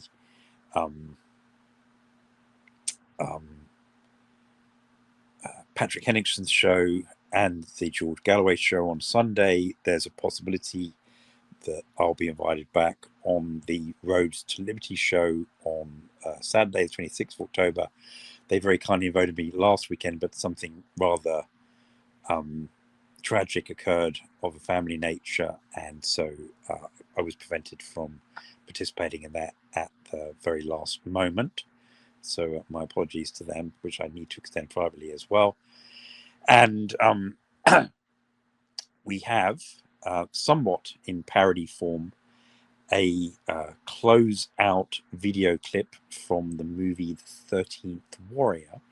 And you will note that in BRICS, they selected, in apparently a very similar process, 13 partner countries. So I will invite you to enjoy this short parody video. Sometimes remember that art is stranger than life. And on that final closing note, I would remind you, please, that this once again has been another 2-hour broadcast from Weaponized News, which you received for free. And we do have our ongoing fundraising campaign to raise approximately $600 by the end of the year for a Twitter business account upgrade for the next 12 months and the rollover of the Restream subscription, which combined are approximately $600. We are apparently 1/3 of our way towards that target. We have described the efficiency measures that we'd like you to take, and would invite you once again not only to repost, share, like, and retweet this podcast or the combined version on Saturday. Nobody else, as far as I'm aware, have done this. Barely any other journalists have read all 132 operative paragraphs of the Kazan Declaration. I've probably read more to you than people have absorbed, even having attended the event. You are now exceptionally well informed as to developments in the BRICS group. Okay? That's not a bad knowledge to have, and I am appreciative of those who endured all the way through this. However, in order to continue this going forward beyond December, Sam and I, whilst we're working essentially for nothing 6 days a week, do at least need the financial support from our audience, whether you're on any of the 7 platforms that we're regularly broadcasting to, thanks to the Restream facility that does cost about $500 a year in order to do that many simultaneous live broadcasts.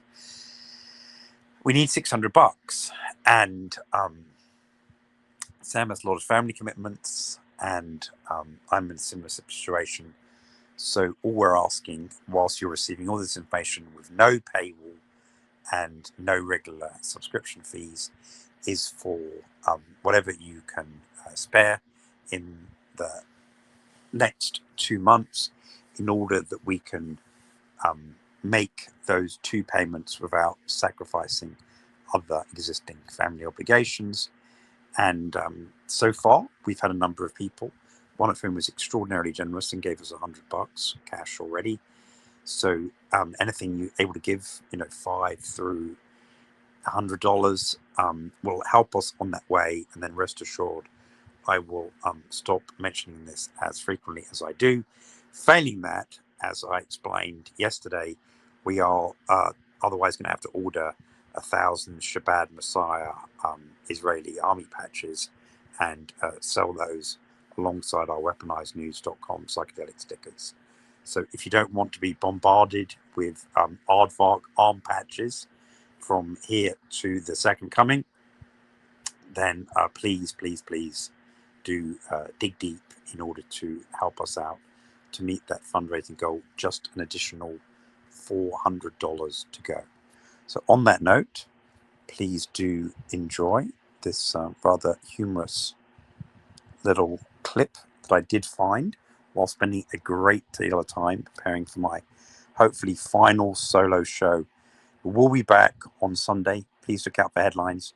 Please also follow weaponizednews.com on X, and also follow me if you're brave enough and don't mind the constant stream of bad news on X, Simon from Florida 2, in order that you will receive updates of not only documentaries being posted, but also emergency broadcasts, as is likely on Saturday. So on that note, I bid you all well. I hope you remain safe. If you are somewhere being bombarded by the evil aardvarks, and you can see how you might also be induced to be the 13th warrior.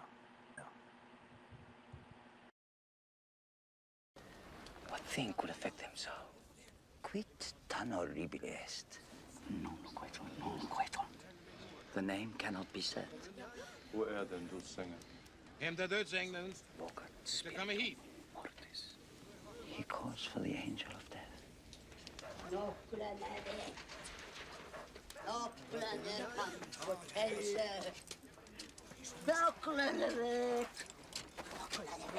Gömmer kvene. Kom med här. Walker, osa, Mortis est. He calls for the bones. She's an oracle. Hey!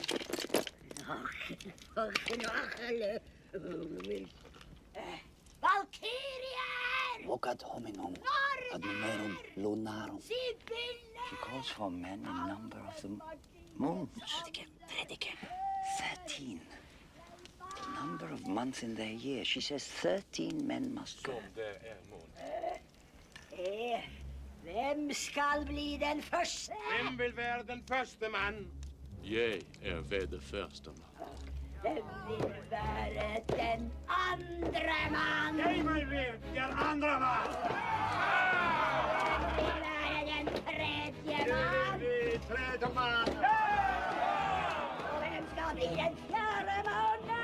Det går. En fjärde man.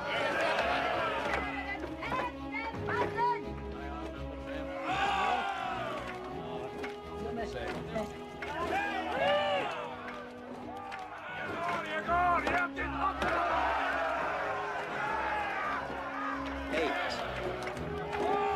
Den ene man. 9.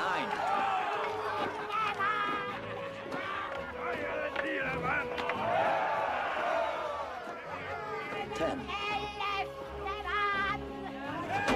Var fan fjärde elfte man? Sen över bena. 11. Jag vill vara den tolfte man. 12. Nummer 13 må ikke være en fra nord. Nummer 13 må ikke være en fra nord.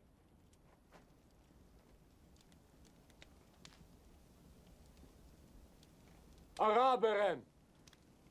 Vi må sende araberen. Tertius decimus homo, septem trio no skit. She says the 13th man must be no Northman.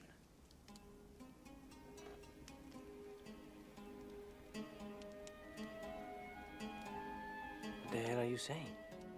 The 13th warrior is you.